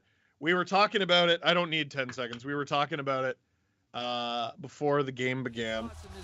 So basically I have to grab a piece of memorabilia in my room. This is a replica Toronto Marlies Calder Cup ring. And basically producer Drew and any non-Leaf fan think this is pathetic. And to them I say, screw you. I will enjoy my replica AHL champion ring. Thank you very much. Vasilevsky sends it away. Vasilevsky handling the puck there. Kucherov is Ooh, Palat almost charging in with speed. That would have been dangerous. I tell you what, Stamkos is having an amazing game. And here he is again with another shot. It leads to a rebound that was dangerous, but the Avs turn it back up the other way. The choo-choo train with speed. Nathan McKinnon.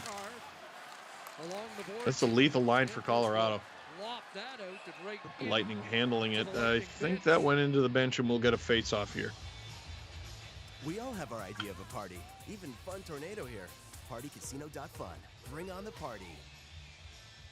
Survivors have been haunted too long by I think Island residential American flag lady was at game 2. Seem to remember. There have been some very... Just under 8. Everyone who's been behind the coaches in this series in either building has thoroughly known they were going to be on television and taken advantage of that fact. Bowen Byram narrowly winning a foot race with Brandon Hagel. Kadri, not a crisp pass to Mikko Rantanen. The Avs chase it down, but they can't hold the zone. This is going to be a 2-on-2 here. Oh, the Lightning have an open guy in front. Zach Bogosian, that was a good read. The puck doesn't come to him, though. Another shift with Paul in the middle instead of Cirelli with that. That was a great read from Bogosian. Just didn't pay off. Oh, Kadri, swing and a miss. It actually kind of works. Eric Johnson, he's picked off. And the Lightning airmail it. And honestly, with Andre Vasilevsky between the pipes, they can do that for the rest of the game. Never know. Shot! I'm surprised Nichushkin didn't go for Landeskog there. I thought he had an open lane. Oh, Vasilevsky, no mask. I was wondering what the whistle was there. And, oh, Patrick Maroon tackled. Can I guess? Can I guess? Is it Josh Manson? Fans here reacting. Of course, you remember Kemper started it is Nathan game McKinnon. 36 seconds in. I guess Josh Manson because they hate each other with a fiery passion. This was a hard shot from a tough angle that actually broke. Need a replay of what happened there. I don't even think the camera was on. Ah, the puck hit Vasilevsky in the mask. I don't have a problem with that. Yeah, the strap came off. So even though Vasilevsky helped it come off, the strap was off before Vasilevsky did that. So all the Avs have to do is like a cross crease pass. Vasilevsky turns his head and all of a sudden the mask is obscuring his eyes. And I don't have a problem with what he did there. Oh yeah, here's Maroon and McKinnon. It started with McKinnon accidentally bumping into Patrick Maroon, and it ends with that. No call, because it's the Cup. How do I get one of those Lightning or Avalanche pendants? Cale Makar, walking the line. Devon Toews puts it on. Stopped by Vasilevsky. Oh, okay. I was like, surely that's a whistle, and it is. Ozone draw for the Lightning.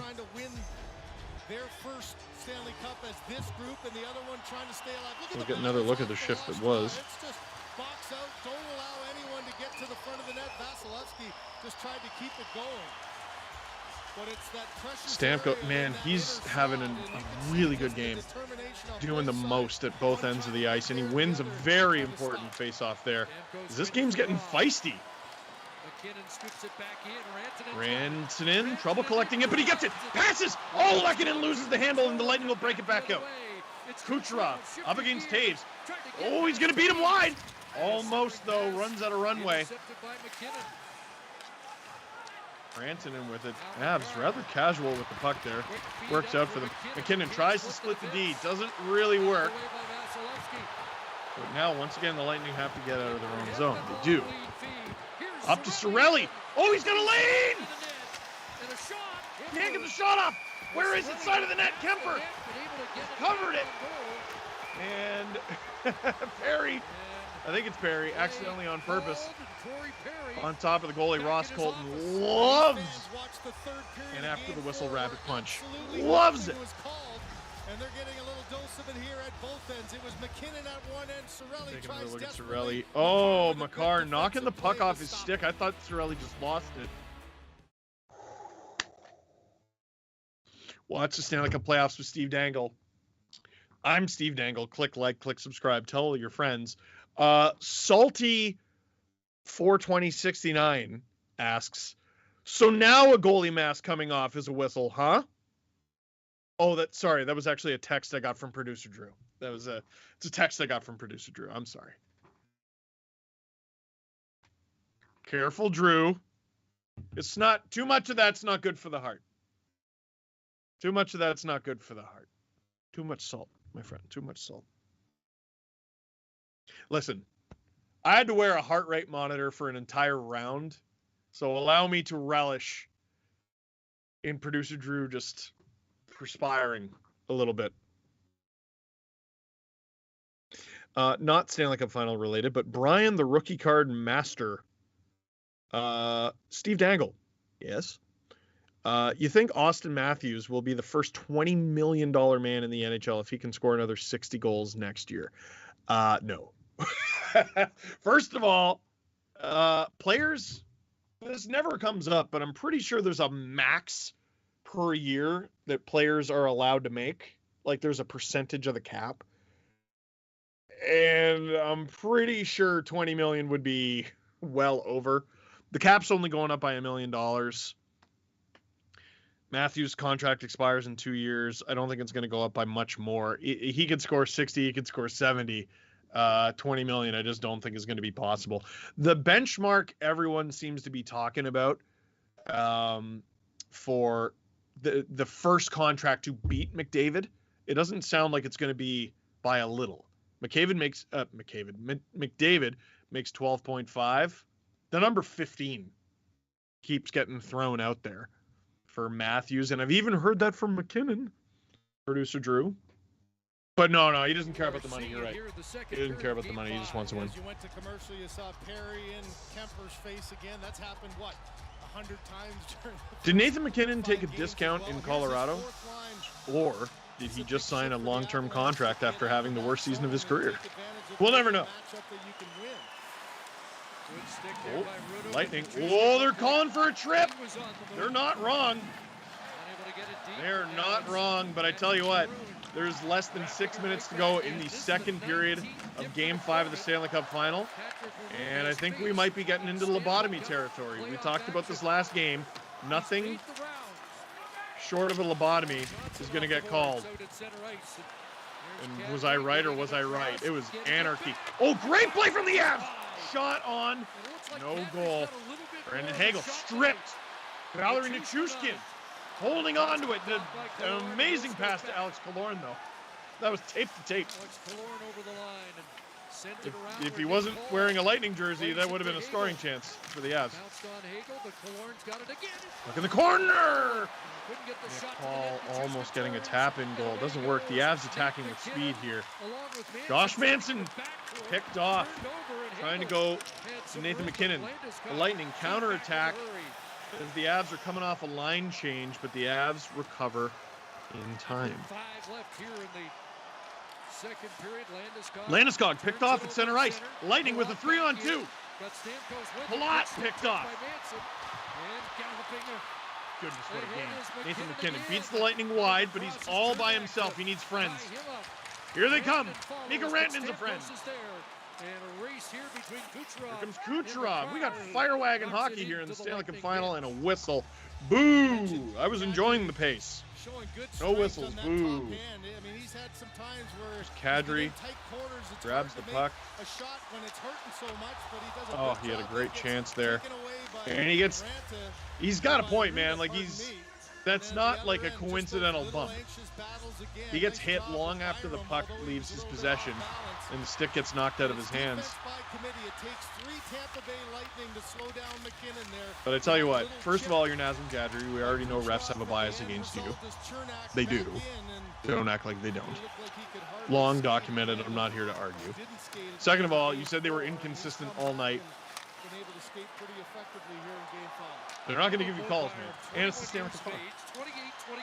Late in the game in the Stanley Cup Final. What a play from Bowen Byram! Forces Andre Vasilevsky to make a real good save. What a play from Bowen Byram. Here come the Avs again. New hook. Ripped by Maroon, and this is a 2-on-1. This is a 2-on-1 for the Lightning. Ross Colton has Anthony Cirelli with him.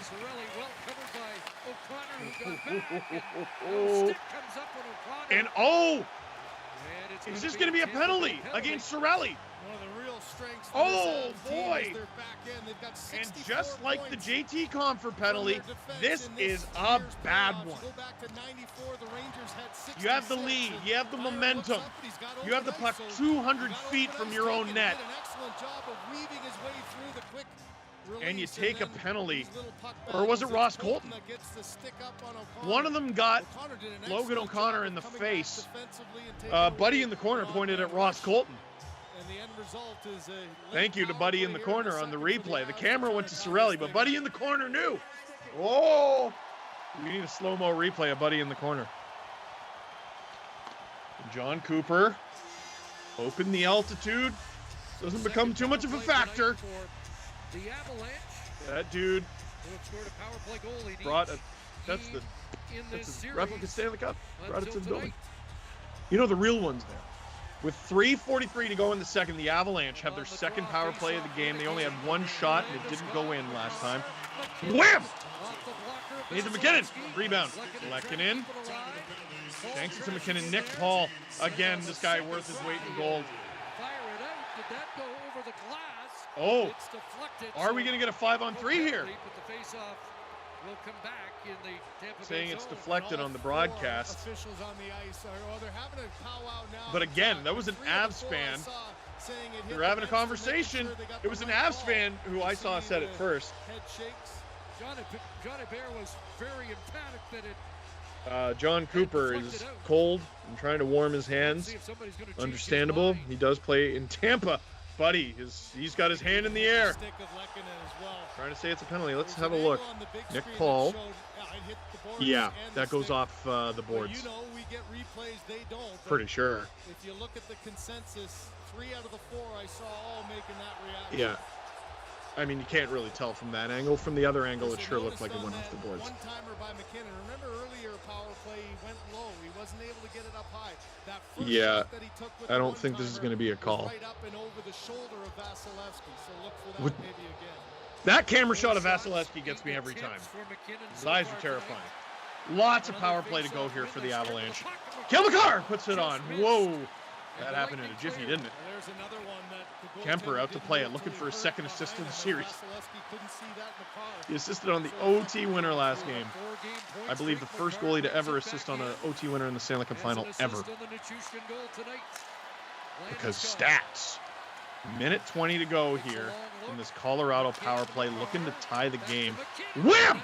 Nathan McKinnon wants that thing so bad, and I just don't think it's there for him. Cale Makar looking for Rantanen. Rantanen didn't like it. Rantanen puts it down low, and the puck goes out of play. We'll get a face-off.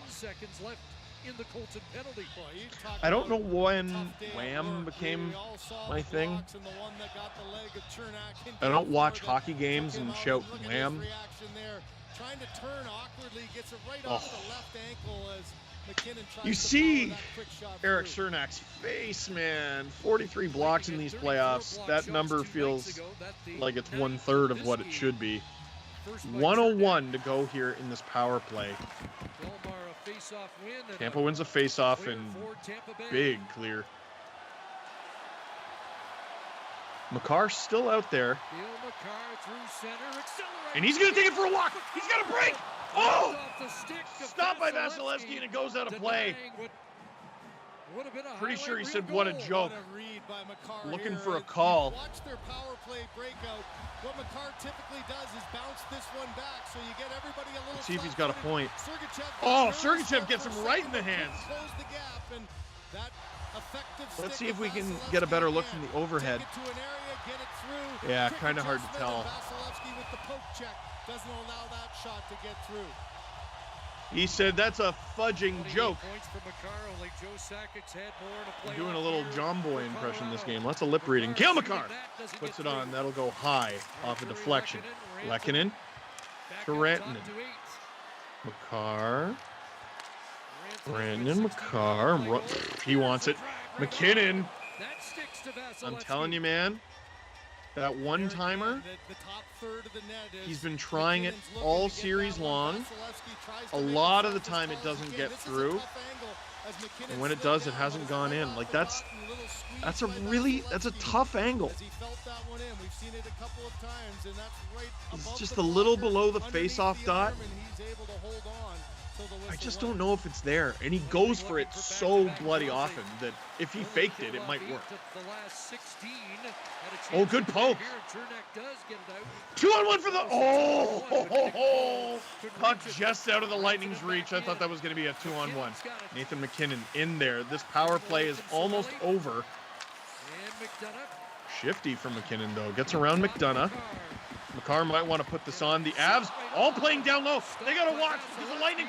Oh! If Cirelli doesn't fall down, it's a breakaway. Kemper. There's a nice little wrinkle as I thought he played it. A bit of a mistake of Kemper. Ross Colton heads up, getting out of the box. Face off on this power play, but watch the kick out of Kadri because he's have another look. A little shuttle pass, and that's a pretty Kadri. I mean, Vasilevsky. Did Vasilevsky have his glove up before Kadri even shot it? Hold on, but batted it down. John Cooper's trying to defend his Vasilevsky is an outer space from Mars alien. And the Avs have to beat him 3 times if they want to win tonight. I tell you what, if they do, they deserve the cup. Scoring 3 goals against Andrei Vasilevsky in an elimination game? Yeah, no, sorry, you got to win the cup. You got to win the cup right away. 1:34 to go in the second period. It's 2-1 Tampa. It was 2-1 Tampa last game, too. Feels like you shouldn't do that all the time. Avs having trouble getting out. Jan Ruda holds the zone. Oh my goodness, Steven Stamkos all alone. How doesn't he even get a shot off? You gotta be kidding. You gotta be kidding. And the Avs, Rantanen in alone. Oh, rebound, another rebound. Bodies. And now what's this going to be? It's 2-on-2. Kucherov with Stamkos. Wide. 1 minute to go in the second period. This is pandemonium. The Lightning still have it in the Avalanche zone. Rantanen's been out there for 3 minutes. Oh, Sergachev with it. Kucherov had his stick up for about half an hour. Shoots it, goes wide, rings around, Beyblades around, as I like to say. Kucherov, the puck escapes him. Goes to the point, though. Avs, oh my goodness, Steven Stamkos exists. He's very good. Why do they keep forgetting that? Oh my goodness, the Avs totally playing with fire, and somehow they escape, and it's a 2-on-1. Nichushkin, he tries to make a move around Sergachev. It sort of works. Not really. Avs go for a line change. You expect me to have a voice left for the third period? Get out of here. To the second period. Goes down. Josh Manson. Killorn. The clock winds down. And we're through 2. How is this game only 2-1? To end this second period, it looked for a second. Tampa might go up How? 2. A turnover with Answer, someone. So tired. Over 3 minutes for Rantanen. Puck right in what do you want? Steven Stamkos can't corral it. Puck goes back the other way. What octave do I have to hit? And then they did it again. Like 20 seconds later. As Rantanen has a chance to tie things up. Stamkos again. Similar play. Tries to freeze Kemper and make a play. Looks for the pass. But none there. Same score as after 2 nights ago. Both teams heading to the dressing room. Probably feeling like they should have been able to put this one away already. But only one of them has the lead, and it's Tampa. 2-1 off of Nikita Kucherov, 4-on-3, power play goal. Maybe we'll get a word from producer Drew after the features, because I gotta go have a lozenge or something. Oh, I got one right here. I'm gonna have a lozenge. Watch the Stanley Cup playoffs with Steve Dangle. I'm Steve Dangle.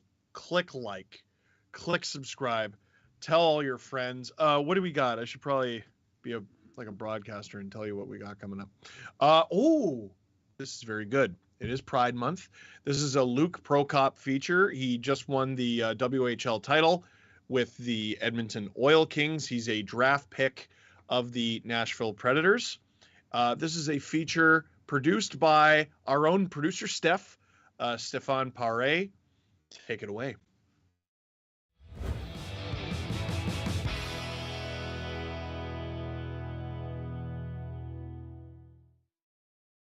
I kind of wanted to live a normal gay man's life. Like, I wanted to be able to meet other guys and, you know, do that sorts of things, but you can't really do that if you're not out yet. And I started to think about that, you know, I may not have a career in hockey anymore.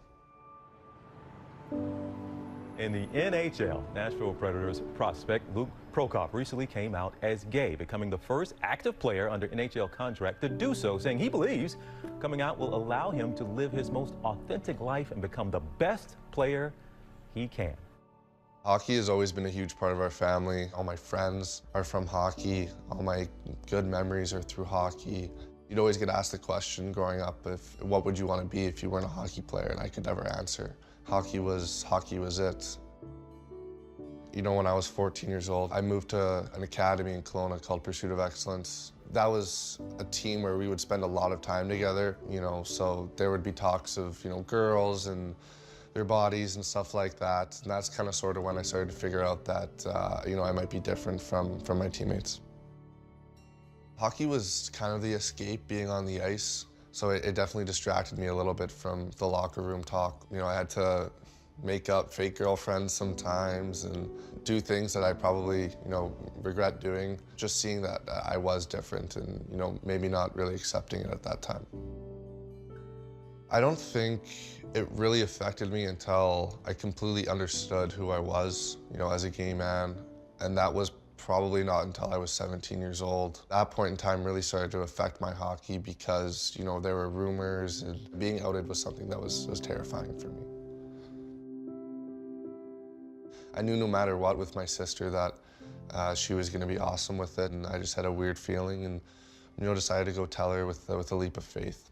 And I mean, it was a lot of emotion. There wasn't any like preconceived thoughts about something like that. Like, definitely the first emotion was shock. I know that I said to him, I was like, I think I love you a little bit more now. I remember I said that.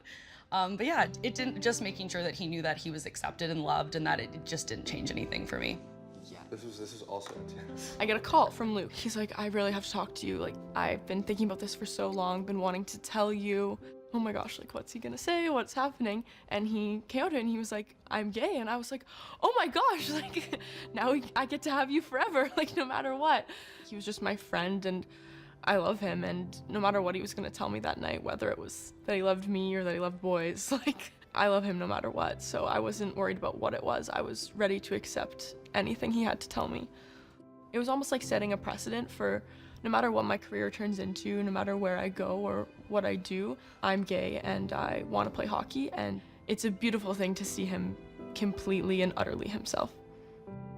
I wasn't bringing my best self to the rink every day. You know, I was hiding a part of me, and that part was affecting me on the ice. On July 19th was, you know, the date that we set for me to come out. After I hit send on the phone, I went and sat down on our chair, and I pretty much like just dropped into the chair. You know, it just felt like there had been so much weight lifted off my shoulders. It was a little bit scary because I didn't know what the reaction was gonna be. I just felt so free in that moment, you know, knowing that I was okay with who I was. And that's really all that mattered to me. You know, my friends were okay with who I was, my family was. I didn't need anyone else, you know, reassuring me from the outside, and I was okay with who I was. I was shocked with how much news it got, how much media I had to do afterwards. A historic, monumental day in the National Hockey League.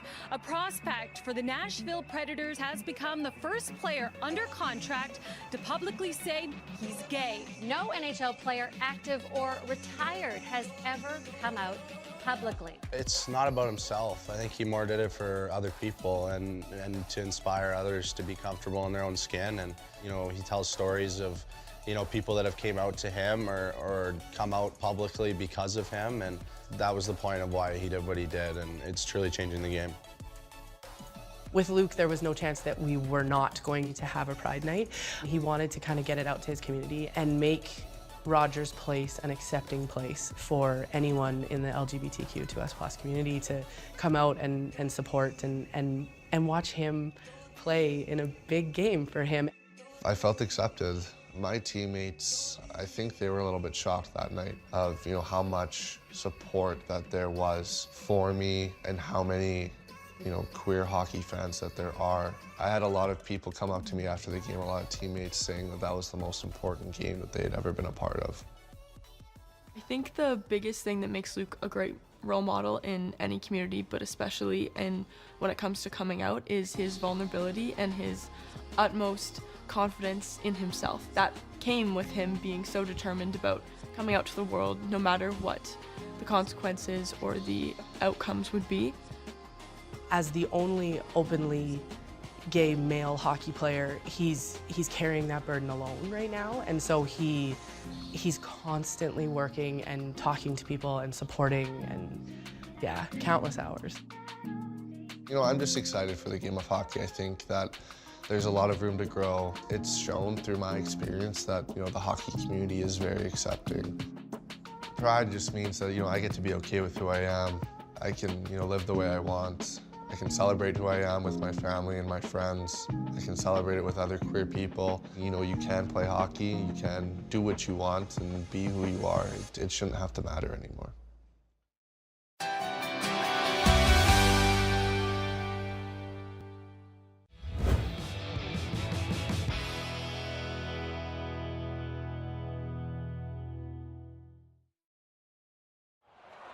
Both guys 5 each for fighting!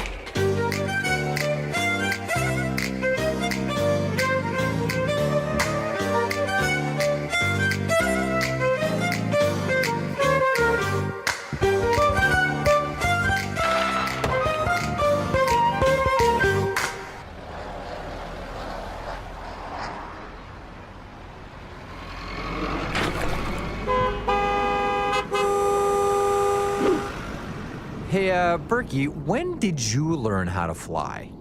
I got my pilot's license back when I played in Maine. Berkey, you're a man of many talents.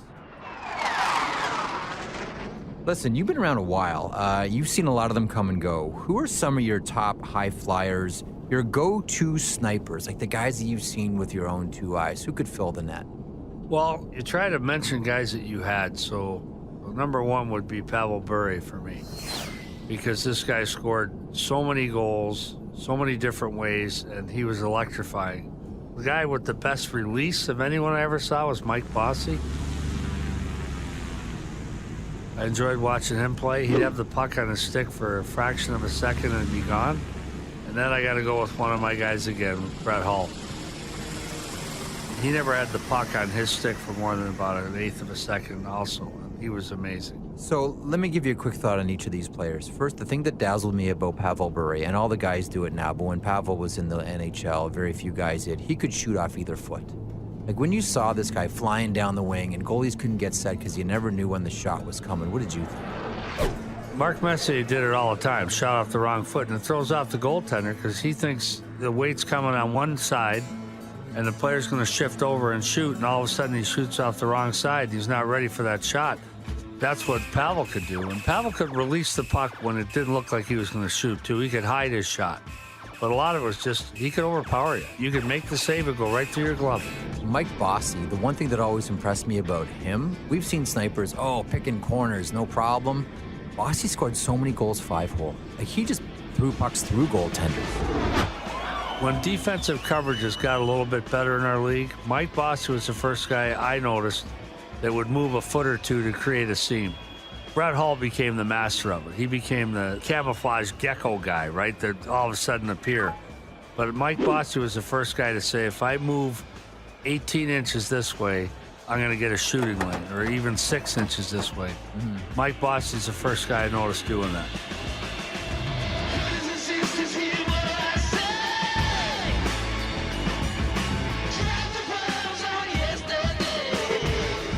Let's pick up on Hull here, because my favorite quote, well, one of my favorite quotes from Brett Hull is, sometimes the best way to be in the play is to be out of the play. Like, you saw him fade to areas where he was invisible, and then he would get to his spot, get the puck, and bam, it was gone. Brett Hull moving 2 feet to get open. It's not like he was a small man. He was a big-bodied guy, and he could still make that move and slip into a space and create a seam effortlessly without getting spotted. It's like when you watch guys go through sniper school and they've got to advance through this course and not get spotted. That's what Brett Hull did. He would find an opening despite the fact that he was a big man and everyone was watching for him. It's Brett Hull. He's on the ice. You better watch him. He still got open. How was your shot? Oh, just terrible. Hands like feet? Hands like feet.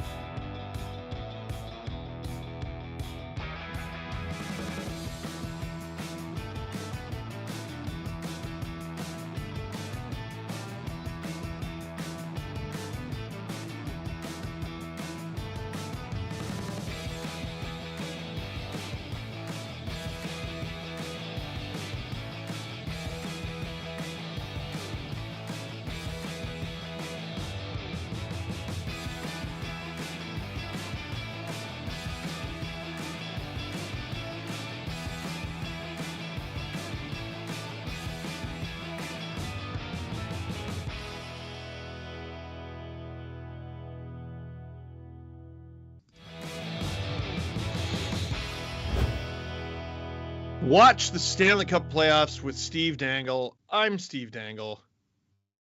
Click like, click subscribe.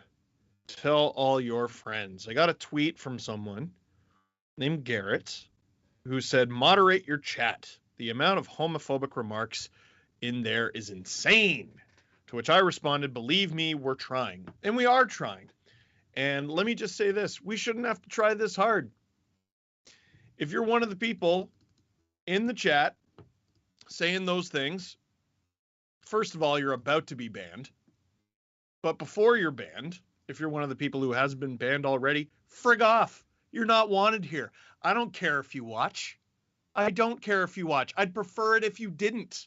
It'd be so much better. As a matter of fact, it'd be better for everyone if you never said anything ever again. We'd all be happier.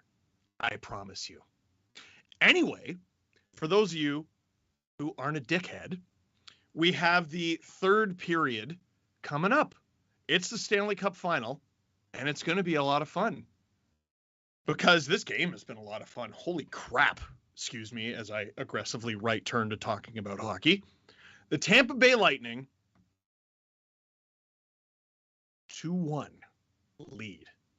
Now, they had a 2-1 lead last time. Colorado overcame that.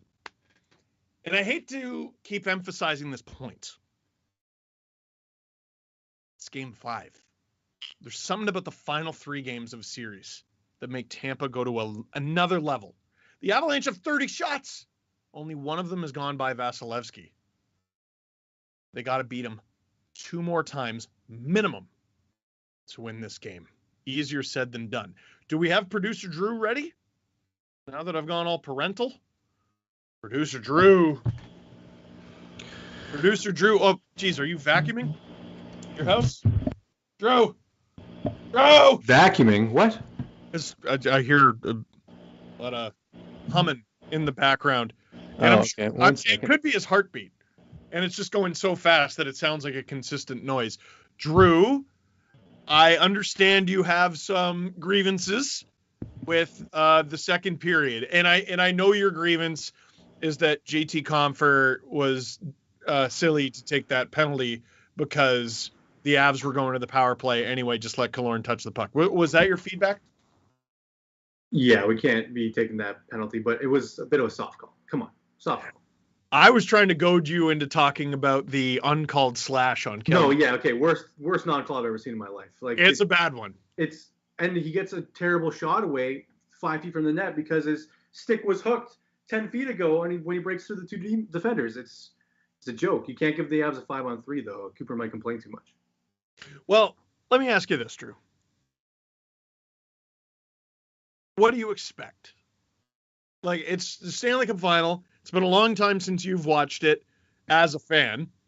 I have never watched it as a fan. I get to watch it as a neutral observer. This is what happens. This is what happens every year. And every year it feels like we talk about, they're cracking down on cross-checking. And they do. They do in the regular season. They crack down on this in the regular season. And then, look at that. They're still calling it in the first round until it gets deep in the series, and then they don't.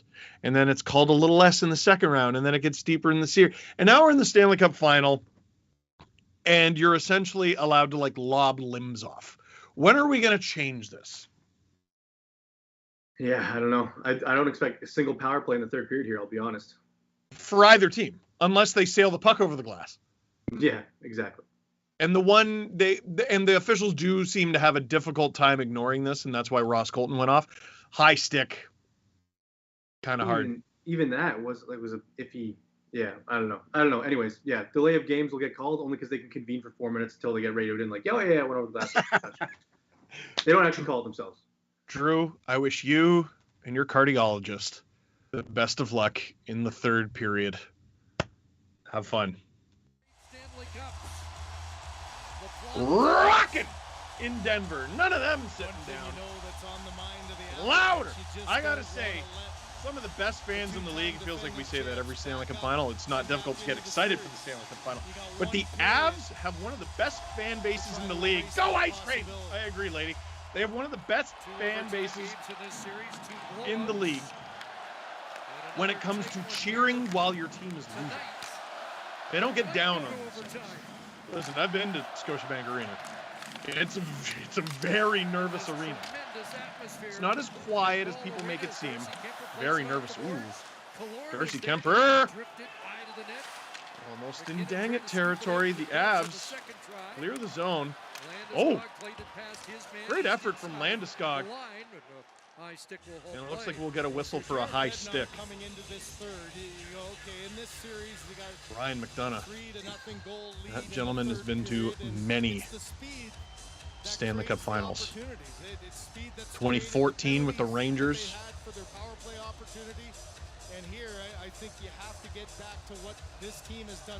think he was with the Lightning in 2015.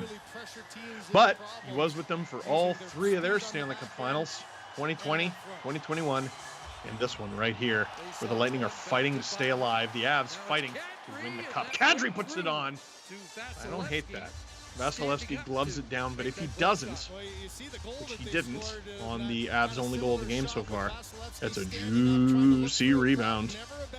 Kadri puts it on. I think it might have got deflected too.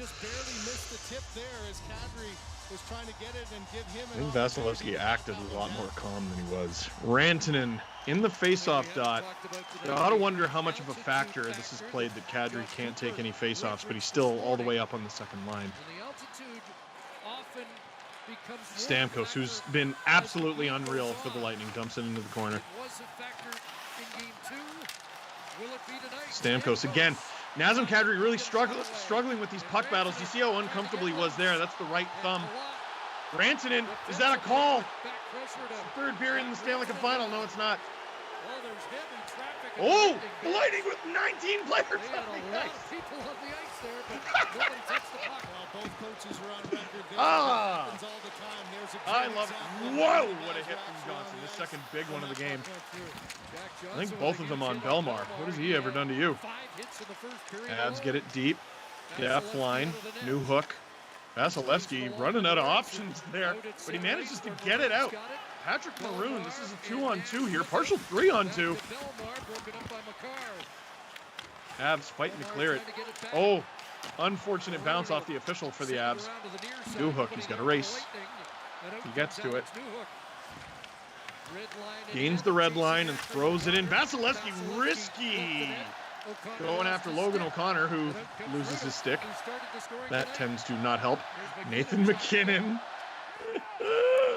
Almost too many men. What's the whistle? Hand pass. Oh. I was like, producer Drew he's going to break all those women. Takeaways have been of the speed of the Avalanche with forwards coming through here. Do your count. Okay. The difference there oh my God! Good job of the player. Producer Drew, what are you texting me right now, Drew? Allows that one to go through. Is it swear words? Is it me? Could be texting someone else. Stress texting. We need a better word. Wow, Chernak. Gloved by Kemper. He's looking for the ozone draw. Actually, screwed. He might be looking for the goal. After all, Jan Ruda opened the scoring with a bomb. Hayes walking the line. Makar. Oh, it's in! Oh, Vasilevsky kicks it into his own net! And the choo-choo train all stops to the back of the net again! The 10th time in these playoffs! Dude, is this guy gonna win the Conn Smythe? Seriously! Choo-choo, says producer Drew. Let's see what happened here. Hayes to Makar.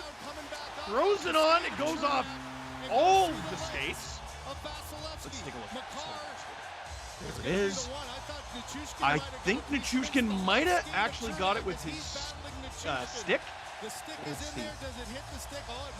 No, I don't think Nichushkin gets a piece of this. I think that actually goes off of Cernak, off of Vasilevsky, and in. I think that might be Nathan McKinnon's goal. And the Avalanche tie this game up early in the third, and they're not satisfied. Here they come again. Gloved by Vasilevsky, 17-17 to go in the third. Are you not entertained? This is not why you are here. 2-2 tied. The cup is in the building. What a game. Who doesn't love hockey? You're wrong. You're wrong. Lots of traffic in front. Get the puck, filter it there, and there's the reaction right off. Yeah. Or no, did I say McKinnon? Sorry, that's going to be Makar's goal. Makar. I got very excited. They're giving it to Nichushkin for now. I don't know if that's going to be how it ends. Makar with his 22nd assist of the game. That'd be impressive. Of the playoffs. You know what? I think if you get 22 by Vasilevsky, you deserve to win. And I have not seen Vasilevsky do that very often. He makes the save, but he looks behind him. Won by the Lightning, but not cleared. That little flip pass doesn't make it out now. Wow. These two teams, I gotta say, Kadri, first of all, not afraid to shoot tonight. Yeah, Vasilevsky thought that might have snuck through his blocker arm. These two teams are made for each other. Producer Drew might disagree, but I think I wish they were destined to do this forever. Devon Taves does a good job chasing that puck down. Killorn. Ooh. Good pressure from the Lightning, and oh boy, is that going to be a call? Doesn't look like it yet. Nope. Nope. And you know what they want here at Ball Arena. Avs fans going ballistic. Lots of traffic in front. Darcy Kemper covers it up. Brandon Hagel down on the ice. Avalanche just throwing everything at one end, and here's a good job of we are 3 minutes and 19 seconds into the third. My chest. My chest. Hagel just unable to get his stick free as Kadri came back and took him. and Kemper able to find it with all the traffic in front. Gets his glove Shots 31-21. We got 52 shots in this game. 3 points for the Colorado defense. Gonna have 60, 70 by the time it's all said and done. Kids, these are not the Stanley Cup finals that I grew up with. I grew up with the dead puck era, and they did not hit 50, 60, 70 shots. That potential trip behind the Avalanche net there might have gotten called in the first period. Not there. Not there right now. Landeskog behind the net. Swarms. Nichushkin comes out with it somehow. Byram. Oi, the Avs can't hold the line. Oh, shout out to Alyssa and Mina, who are getting married tonight. Apparently, I am on no less than 4 cell phones right now at their wedding. Congrats to all of you for having your priorities right. Thank you, Mr. Matt, for pointing that out. Because it's the Cup. But she's got her ring. The Avs want theirs by the end of the night as well. Big hit in the corner. Board battle, and it's kept in and flipped high up onto the screen on the shot.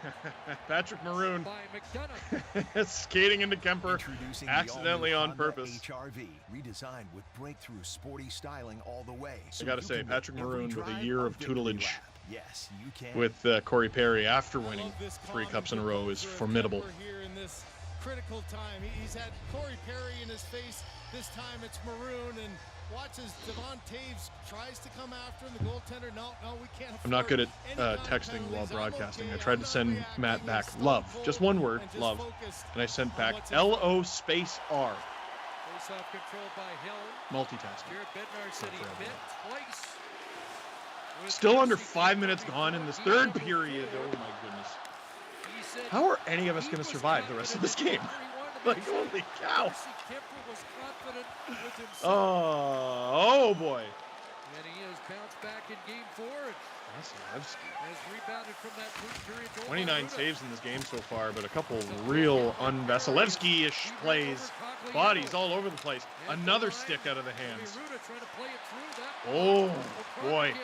The Lightning looking for a dirty one. Traffic has worked for them. Corey Perry with an impeccable screen on Kucherov's power play goal to go up 2-1. Oh boy, here come the Avs. Great pressure. They can't hold the line though, but they'll regain it. The Avs game. They love it. I haven't seen a team go head-to-head with the Lightning in battles.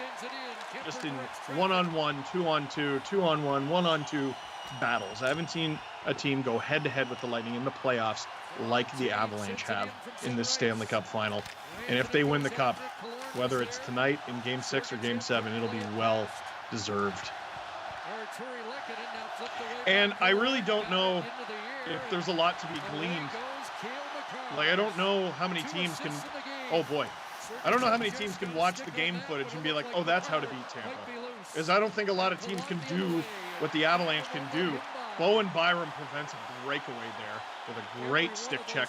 Gabriel Landeskog somehow escapes the zone. McKinnon crashing in. Landeskog in support. Cernak being chased down. Who knows what percentage he's playing at. Going into this game injured. Blocks a shot in this game gruesomely. Because it's the Cup. One of the 2 Lightning goals. JT Compher can't bring it in, but Nichushkin follows. No one happier about the tied game than him after quite the mistake leading to the Lightning 2-1 goal.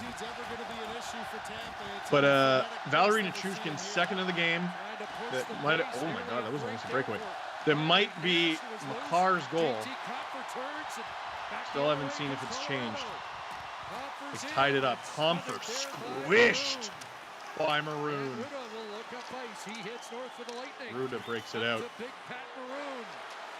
Maroon again. This fourth line for the Lightning. I can't say enough good things about it. Oh, if you're Ruda, just let it go. Gotta have confidence in your shot after that. Maroon tries to center it. Belmar wasn't really looking great. Hold of the line from Riley Nash. You don't even have to score. It's the ozone time that's key for the fourth line. Just hem the Avs in, but if you can score, that'd be pretty good too. Jack Johnson. Big hit from Riley Nash. No penalty on Johnson. Is anyone surprised? Oh, here come the Lightning with speed. They shoot it. Where is it? Oh, up high. Avs.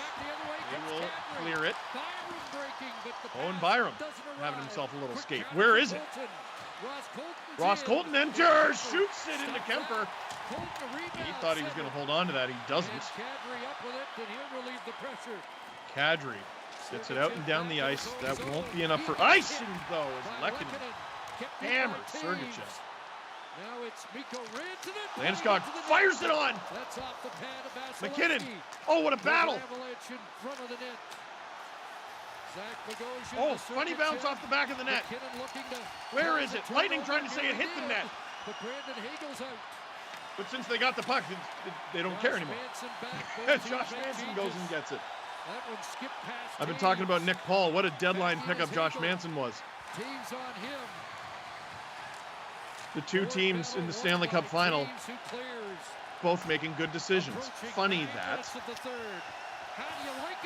Cernak, who is still somehow able to play at an NHL level after everything he's been through in these playoffs, turns it over.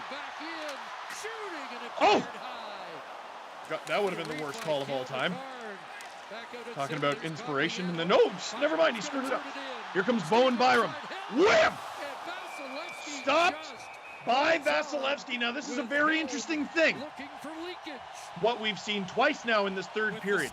Early in the series, the Avalanche were targeting the blocker side of Vasilevsky, and it was working. Oh, off the crossbar go the Lightning.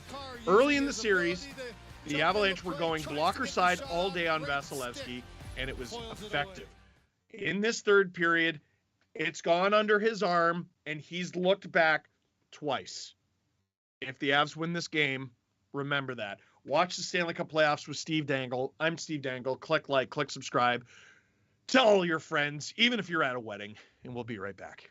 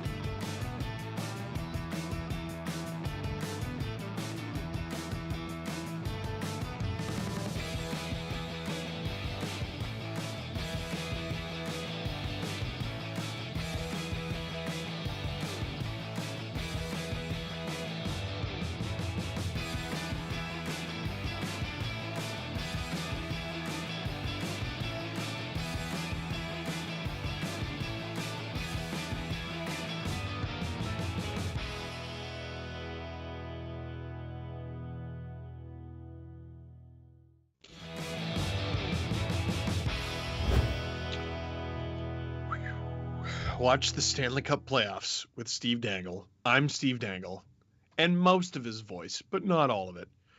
Click like, click subscribe, tell all your friends that we got a tied game in the third period in the Stanley Cup final, in a game where the cup could be awarded. Baby. This is why you watch, baby. Shots 35-23 in favor of Colorado. Will that man score the Stanley Cup winning goal tonight? I know one guy named Producer Drew who would like that very much.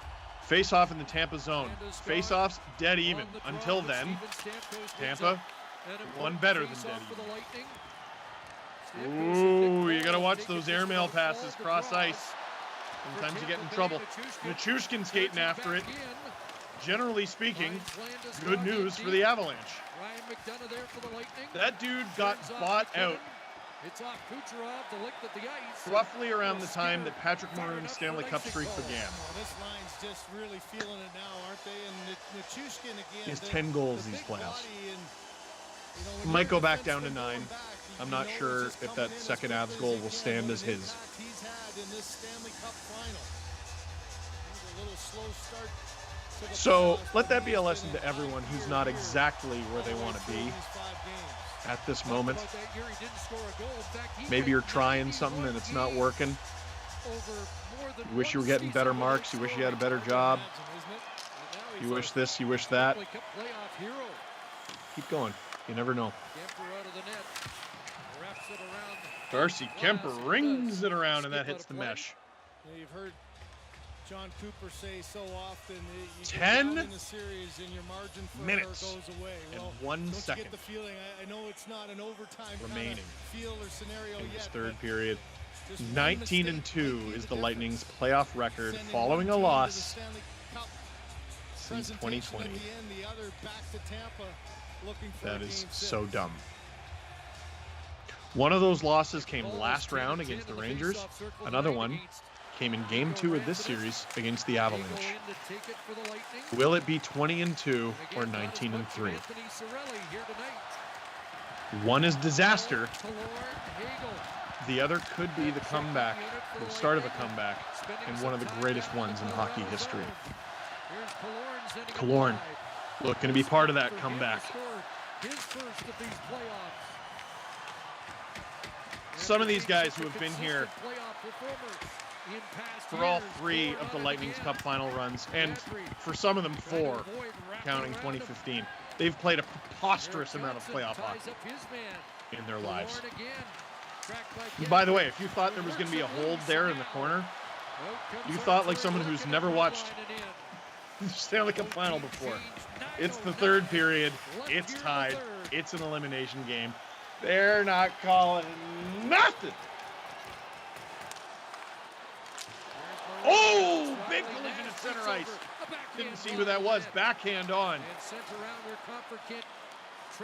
Oh, man. It didn't seem like either player saw that coming. Might get a replay if there's a whistle here, and there will be as Kemper holds onto it. To goaltender Kemper. What happened there? Or are we going to break? And it doesn't look like we're going to have a break as that I hear your whispers. shot in from center, and so no change No break. for the Avalanche either, as they got to stay on. So John Cooper, he had his 4th No line replay out either. now. Gets We're Stamkos too out nervous there for a right replay. away. Look That at was a look at shoot John in Cooper. outside the red line, and Kemper, instead of playing it, held on. Look at So Andre Palat. no Look at Nikita commercial break, Kucherov. no rest, but a face-off opportunity again. we're in all the small things territory. Lightning's and you wonder if a big small thing line like is that out there could come against back the to third line of the Avs. Colorado. Newhook The taking the face-off face-off here for against Stamkos to Stamkos, who has been a man possessed, and he wins. It's Kucherov, Kucherov shooting, with it. and that Always one dangerous. hits Stamkos, and look at McCarr. Stamkos Hitman gets the cleaned puck. out by Turned McCarr. it over at center. Palat got it back, and now Kucherov's in. The Lightning regained the zone. Nikita Kucherov 1-on-4. sends He it doesn't across, care. and a good stick by Taves. Stamkos takes a look. Comfort Unable to center that. doing his best to shadow Stamkos. Someone's gotta. Nichushkin sends it to center. That Stamkos versus Kadri match earlier did not work great. Another face-off down. It hasn't worked great the majority of the night. And that'll be an icing call. Oh, boy. Looks like he is on the limit. What's happened to Cale McCarr? Knee for him before, and he's never wanted to go off. I think this might be an Uh-oh. opportunity to try He is to hobbling. convince that We he got a should face-off. go What off. happened? McCarr having a quick conversation. Hey, he's hurt. 8:14 to go in this third period. McCarr really struggling. As good as he is, but they're gonna Producer leave Drew, him what up on there. earth happened? And he went right back out. He didn't even try. All to he get to did the was bench. go like this, but that's all that needs to be said. Oh boy, McCarr's a mess out there. Lightning throw it on. McCarr still trying to shake it off. And, yeah, that's not a bad play. The Avs just try to get it deep. Not all the way deep, but good enough. Nick Cole checked at center by Landeskog. Is McCarr still out there? Avs top line on the ice. No, it's Josh Manson. Losing Makar would be, needless to say, an irreplaceable blow for the Avalanche. Do we have a replay of what on earth happened to him? Let's take a look. Was it a block shot? If it's just a stinger. Oh! Yeah, right off the instep. That sucks. Probably just a stinger. He probably needs a shift to recover. Those are his parents, I believe. I know it's his dad. I'm not sure about his mom. I just remember his dad from the interview he did with, I believe it was Kyle Bukauskas. Kyle Bukauskas, by the way, was having himself a Stanley Cup final, talking to Kel McCarr's dad, talking to Charles Barkley. Landeskog takes a look, works it out to center. Nichushkin at the line, and it's an offside call. Offside. Which Nichushkin will argue briefly. Looking okay. We're going to break now. No false alarm this time. When we come back, 7.5 minutes to go in this third period of Game 5 of the 2022 Stanley Cup Final. Watch the Stanley Cup playoffs with Steve Dangle. I'm Steve Dangle. Click like, click subscribe. Tell all your friends to not block shots if they don't have to, because it looks like it hurts.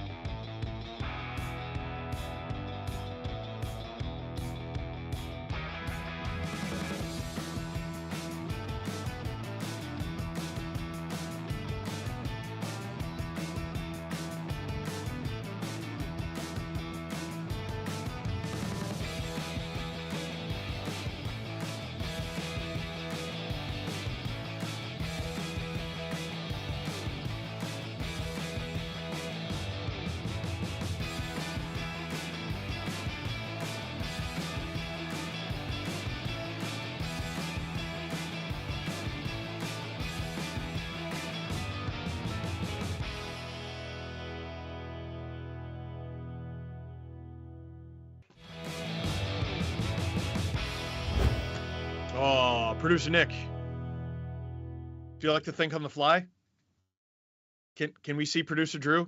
Can we see the producer Drew cam? Because he's doing all sorts of stretches and Pilates and gymnastics right now, and he's trying to get ready. No, we have to show him. Sorry, there he is. I think a little premature on that graphic there, bud. Producer Drew, come on, let's go. They did it. Mikko Lehtinen, overtime winner. Ah, poor guy. I hot potatoed that one to producer Nick. That is all my fault. That's such a broadcasting no-no. We're on YouTube, so I treat it like a child. I'm sorry. Eric Johnson out there for the Colorado Avalanche. The fans still going banana sandwich. Nico Sturm throws it on. That'll be an ozone draw and a decent amount of snow from Cogliano. The Lightning didn't like it, and I think I get it. And there's a scrum going on and people fighting, and Cogliano's not a part of it. He's just going to the bench. know the one thing you don't want to do is watch this. Shh. Oh boy. Yeah, right into the face of Vasilevsky. You can get an unsportsmanlike conduct penalty for that in, the regular season. Can you imagine snowing the goalie getting called in the third period of a tied Stanley Cup final game? No, you cannot. Landeskog on the draw against Stamkos. Stamkos wins.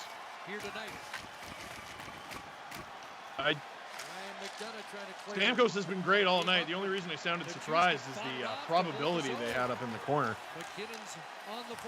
Lightning still haven't gotten out of the zone, though, and they did they do there? Oh, great read from McKinnon and Taves. Taves going around McDonough. Oh, and the Lightning do a good job to pick him off. And now the Avs only have one defenseman back. And he wasn't the one shadowing Nikita Kucherov either. Oh boy, wide open! Wide open! Palat scores! Scores! The Lightning take the 3-2 lead with 6:22 to go in the third period. All this guy does is score big third period goals. He did it against the Rangers in Game 3. The Lightning could have been down 3-0 in that series. People forget. They were a minute away from overtime. But Palat scored. It was the game winner, and they never lost to the Rangers again. Palat with the shot, wide open, unforgivable from the Avs defense, and it goes between the wickets of Kemper and barely over the line. Look at this, look at this. Oh, it's over the line by 5 inches maybe. And the Avalanche have just over 6 minutes to tie this thing. Huge goal. 11 goals in the 20 Stanley. Amazing how quickly things change. Rantanen tries to get around Sergachev, doesn't work. Lekkinen, oh, what a pass! Byram with it. What happens? Lightning might catch the Avs cheating here. Whoa! Is that going to be a penalty? Again, third period of a not so tied anymore Stanley Cup final game. The third time of the game. Do they have one more answer? Oh, baby. Alex Newhook sends it in. And Andre Palat, did Andre Palat's face not say, not only do we have the lead, but we have Andre Vasilevsky in net? If the Avs win the Cup tonight, and they still could, they have to score 4 on Vasilevsky. There's still over 5 minutes to go in this game, but that really does feel like the kiss of death. Game 6 on Sunday. No whistle there. Hedman. He's like spit on my screen. Avs. Is that too many men? That's a joke. I'm kidding. Should I not kid? By the look on producer Drew's face, I shouldn't kid. Stamkos wide open in front again. Someone get these guys a scouting report. Makar. Oh, yeah. Has to pick it up himself, otherwise it's a hand pass. Oh! Tipped up and over the net. Not out of play, though. Knocked down by Stamkos. Tipped into the line by Makar. Oh, wow! Makar flattening Palat. Going for the puck. Byron able to hold it in. Oh, Byron. The Lightning again having trouble clearing the zone, but the more time that ticks off the clock, the better. But here comes Nichushkin. At the point, Landeskog with it, fires it on. There's traffic. There's a rebound. There's a loose puck. Avs still have it, working it around. Taves puts it on, but it's blocked. McKinnon, chugga, runs out of room, but Landeskog gets it back to the point again. It's Byram out there with Taves. Throws it on, stopped by Vasilevsky. Where is it? Is it loose? Yes, it is. It's at the side of the net. The Lightning all over the place. 3:46 to go. Shot, rebound again. The Lightning ring it around, and they'll get it out and down the ice, but I think this is going to be an icing call as an exhausted Tampa Bay Lightning crew has to hunch over and take every precious breath they can before this defensive zone face-off. Palat getting just destroyed by Kel Makar.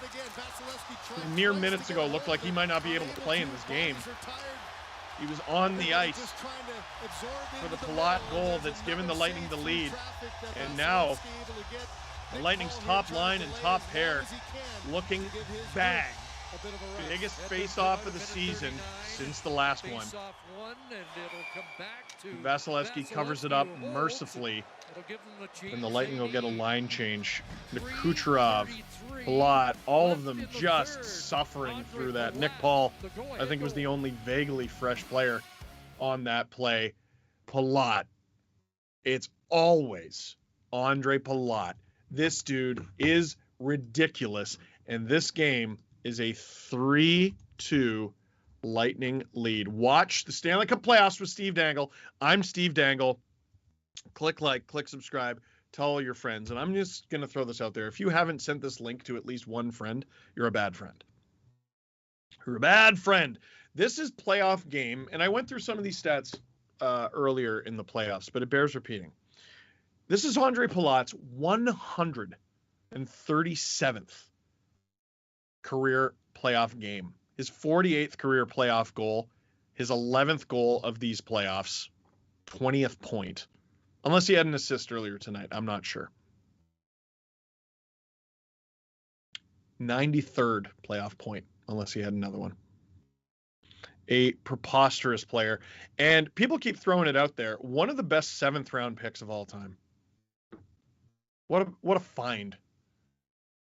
208th overall pick in 2011. Let me see where he ranks in points.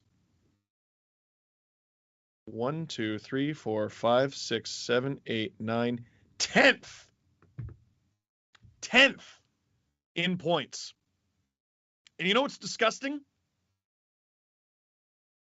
The player with the most points from that draft, 2nd rounder, 58th overall, Nikita Kucherov.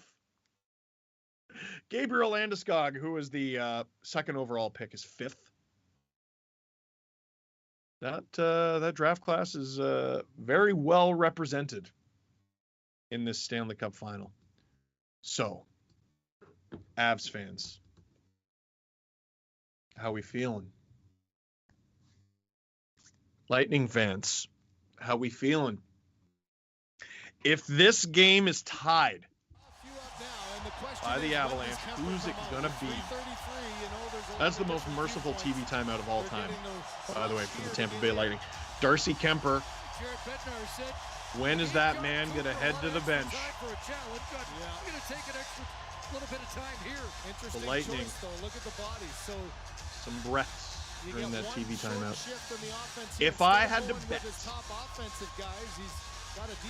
on an Avalanche tying goal, we all know what the final minutes of a game are like, right? It's going to be chaos in front. You're going to try to bang one in, so I have Gabriel Landeskog if the Avalanche tie it. Empty netter, I have Nick Paul. Or I'll just say next Lightning goal. Because what if it's not an empty netter? It doesn't have to be. Vasilevsky out to play the puck. Stop that. Yeah, it kind of works though. Lightning clear the zone. Oh boy, Byram. Not a good read. Not good communication between Compher and Byram. Not the best game from Compher, I gotta say. It's a game of moments, man. He had a pretty bad one in the second.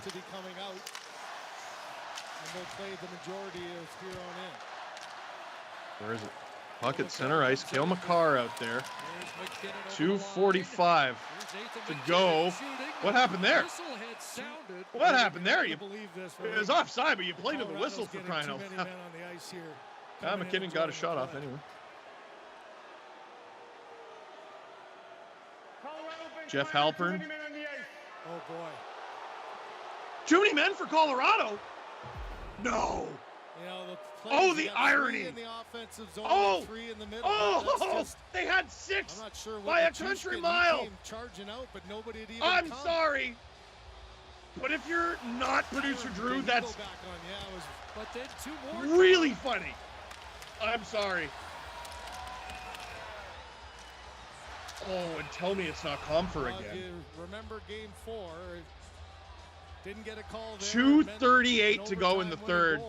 That's a death sentence. What a time. 2:38. And now 2 minutes. Surely. Penalty time. Who's going to go serve is the decision making here. I don't see a power play up on the thing. Are they talking about it? Are they like, okay, listen, that's a penalty. Yeah, that's a penalty, but it's the third period of the Stanley Cup final game, so it's not. They're deciding who's going to serve, I guess. Oh, it looks like Bench is going to serve it. He hasn't been much of a factor in this game. So. No? Oh, producer Drew is just in shambles right now. The Lightning already 1 for 3 on the power play, and they have a chance to put this away. The Colorado Avalanche tie this up. I don't know how they're going to do it. The Lightning, they don't have to rush a single shot. Like that, you didn't have to do that. Just hold on to it. Oh, rebound! A 101.6 mile an hour slap shot from Victor Hedman. That would place top 3 in the NHL skills competition, all-star skills competition, most years. And he just did it in a game. Stupid. 2 minutes to go. I mean, it really forces the puck goes Colorado out. to be extra aggressive here, to not allow just the shots, or the passes rather, to the outside to kill the time. The Avalanche, Up at the top, a one-timer that it's, oh God. The penalty is so awkwardly placed on the clock. The Avalanche have got to get it. The Avalanche have somehow got to get the puck out of their zone. You're probably going to want to have possession, then pull Kemper, and even then it's still only 5-on-5. And we got a timeout here. Is this Tampa's timeout? I suppose it doesn't really matter. It's a timeout for both teams.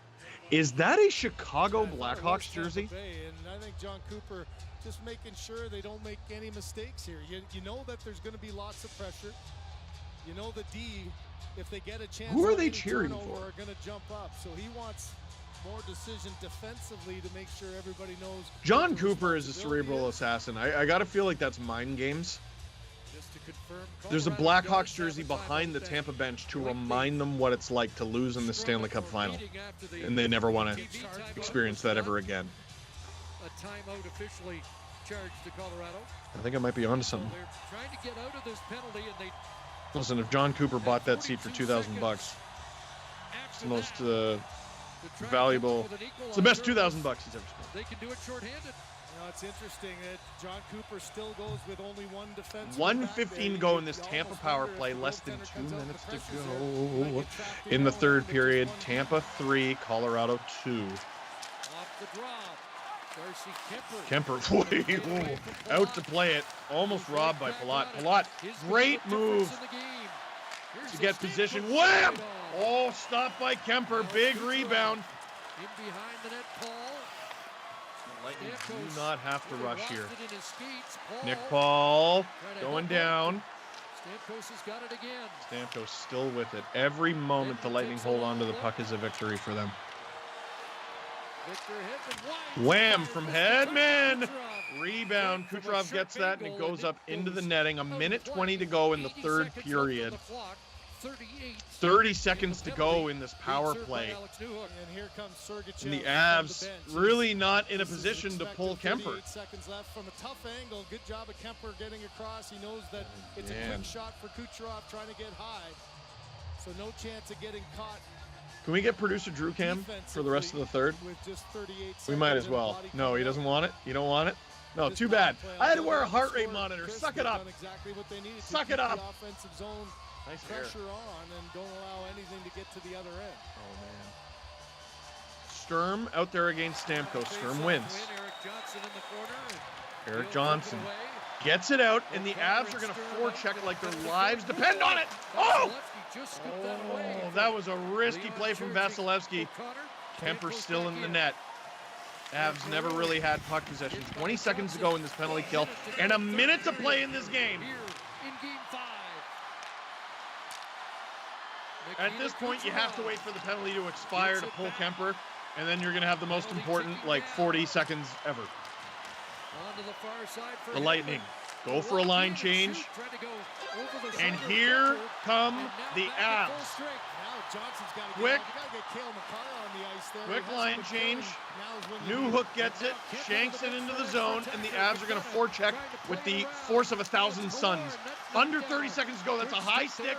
The Lightning touch it mystifyingly, and the Avs hold the zone. Terrible decision to touch the puck there. Landeskog puts it on. Rebound. Or Rantanen, I think it was. Whatever. Here are the Avs. With the puck. Oh, they throw it into the slot. Under 10 seconds to go. McCarr holds the line, throws it on. Rebound. Oh, I don't think they held the line.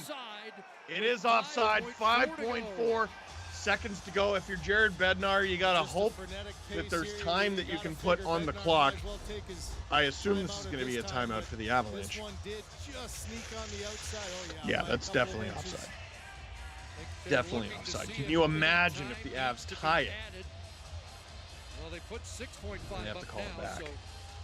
so 6.5 seconds to go in the third. They do get a little time on. Do you believe in miracles?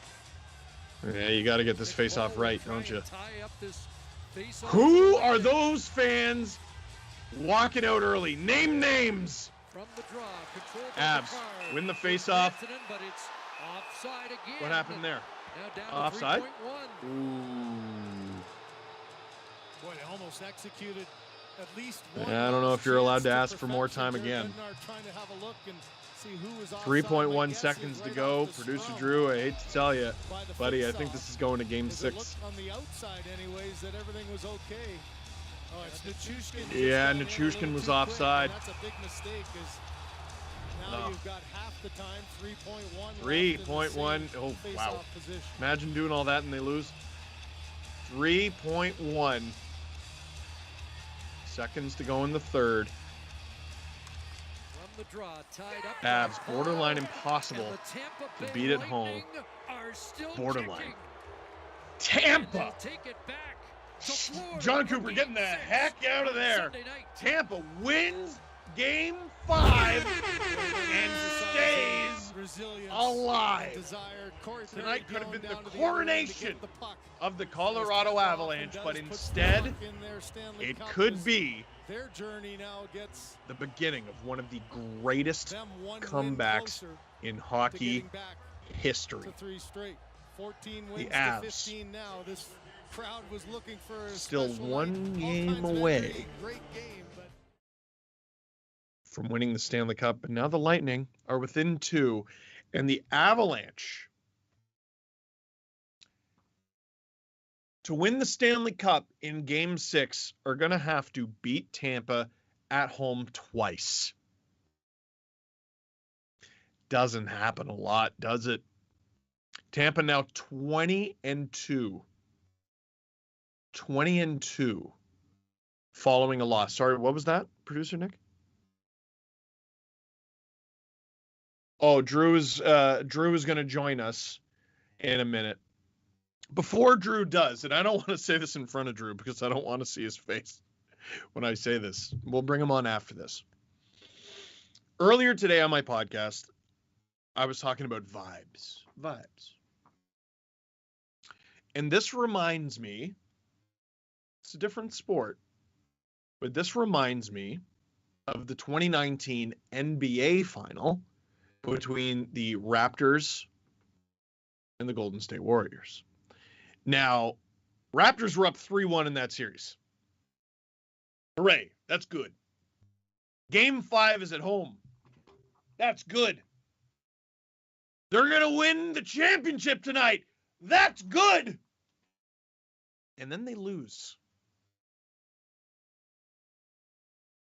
And despite being up 3-1 and then dropping 1 at home, the longer Game 6 went on, and it stayed tight. It was tight, that whole game. The longer Game 6 went on, there was a real feeling of, if the Raptors don't win tonight, they're screwed. Because then you go into Game 7, yes, it's at home, but the Warriors, and in this case the Lightning, have all the momentum. Now, after that sobering thought, are we ready for producer Drew? Yeah, we sure are. So, how you feel? Not great, Steve. Not great. I mean, yeah. What did I say when I came on in the first intermission? If you get to 3, or if Tampa got to 3, it was probably all she wrote. You said get to 3, it's curtains, and they got to 3. 3-2. 3-2. And now, dude, the Mount Rushmore of hockey goalies, what do you got? Marty Brodeur, Dominic Hasek, Patrick Waugh, and Andrei Vasilevsky in any Game 6 or 7 ever. And It really does. Like, the evidence of my eyes and ears just don't apply. They don't apply. Like, people are going to throw out all these numbers, and believe me, as a Leafs fan, I've got to see this up close, Drew. They have more shots and chances and goals, and the Leafs outscored the Lightning in the first round. The first means nothing. 4 and 5 games don't matter. Don't matter. The second the puck drops for game 6, nothing from the first 5 games matter. So how did the Avs beat the Lightning at home in game 4, and how do they do that again? You just got to dominate them. I mean, besides that first period, the Avs controlled game 4, so you just got to do it again. I mean, we saw this exact same thing happen against St. Louis in round 2. Avs had a chance to close out in game 5 at home, blew it, won it in game 6 in St. Louis. So you know what? Go into Tampa's building, win the cup right in front of their fans, rub it in their faces, no three-peat, watch this cup celebration, and enjoy the salt. How about that? I like the machismo. I like the confidence, man. You know what? You said that the Avs have, if they did have a bad tendency, it was giving up the first goal. And I got to tell you, knock that off. Knock that. Like, if Tampa scores the first goal of game 6, Drew, I encourage you to continue watching, but I don't think the Avs win. Hey, they scored the first goal of game 4 at home. How many times I got to tell you? It's not game 6 or 7. I understand. It's not elimination Vasilevsky. I mean, that too many men call. Just the irony, and just took the wind out of the sails. Man. Oh God, and Vasilevsky gave you a gimme with that glove that he dropped. Like, I know. I feel sick for you. It's not that I'm cheering for or against either team. I feel sick for you. I'm looking at you smiling through the pain. And thank God I didn't spend $5,000 to be in Denver today. I'd be sick to my stomach. I'd be sick to my stomach. So Drew, I did wonder this.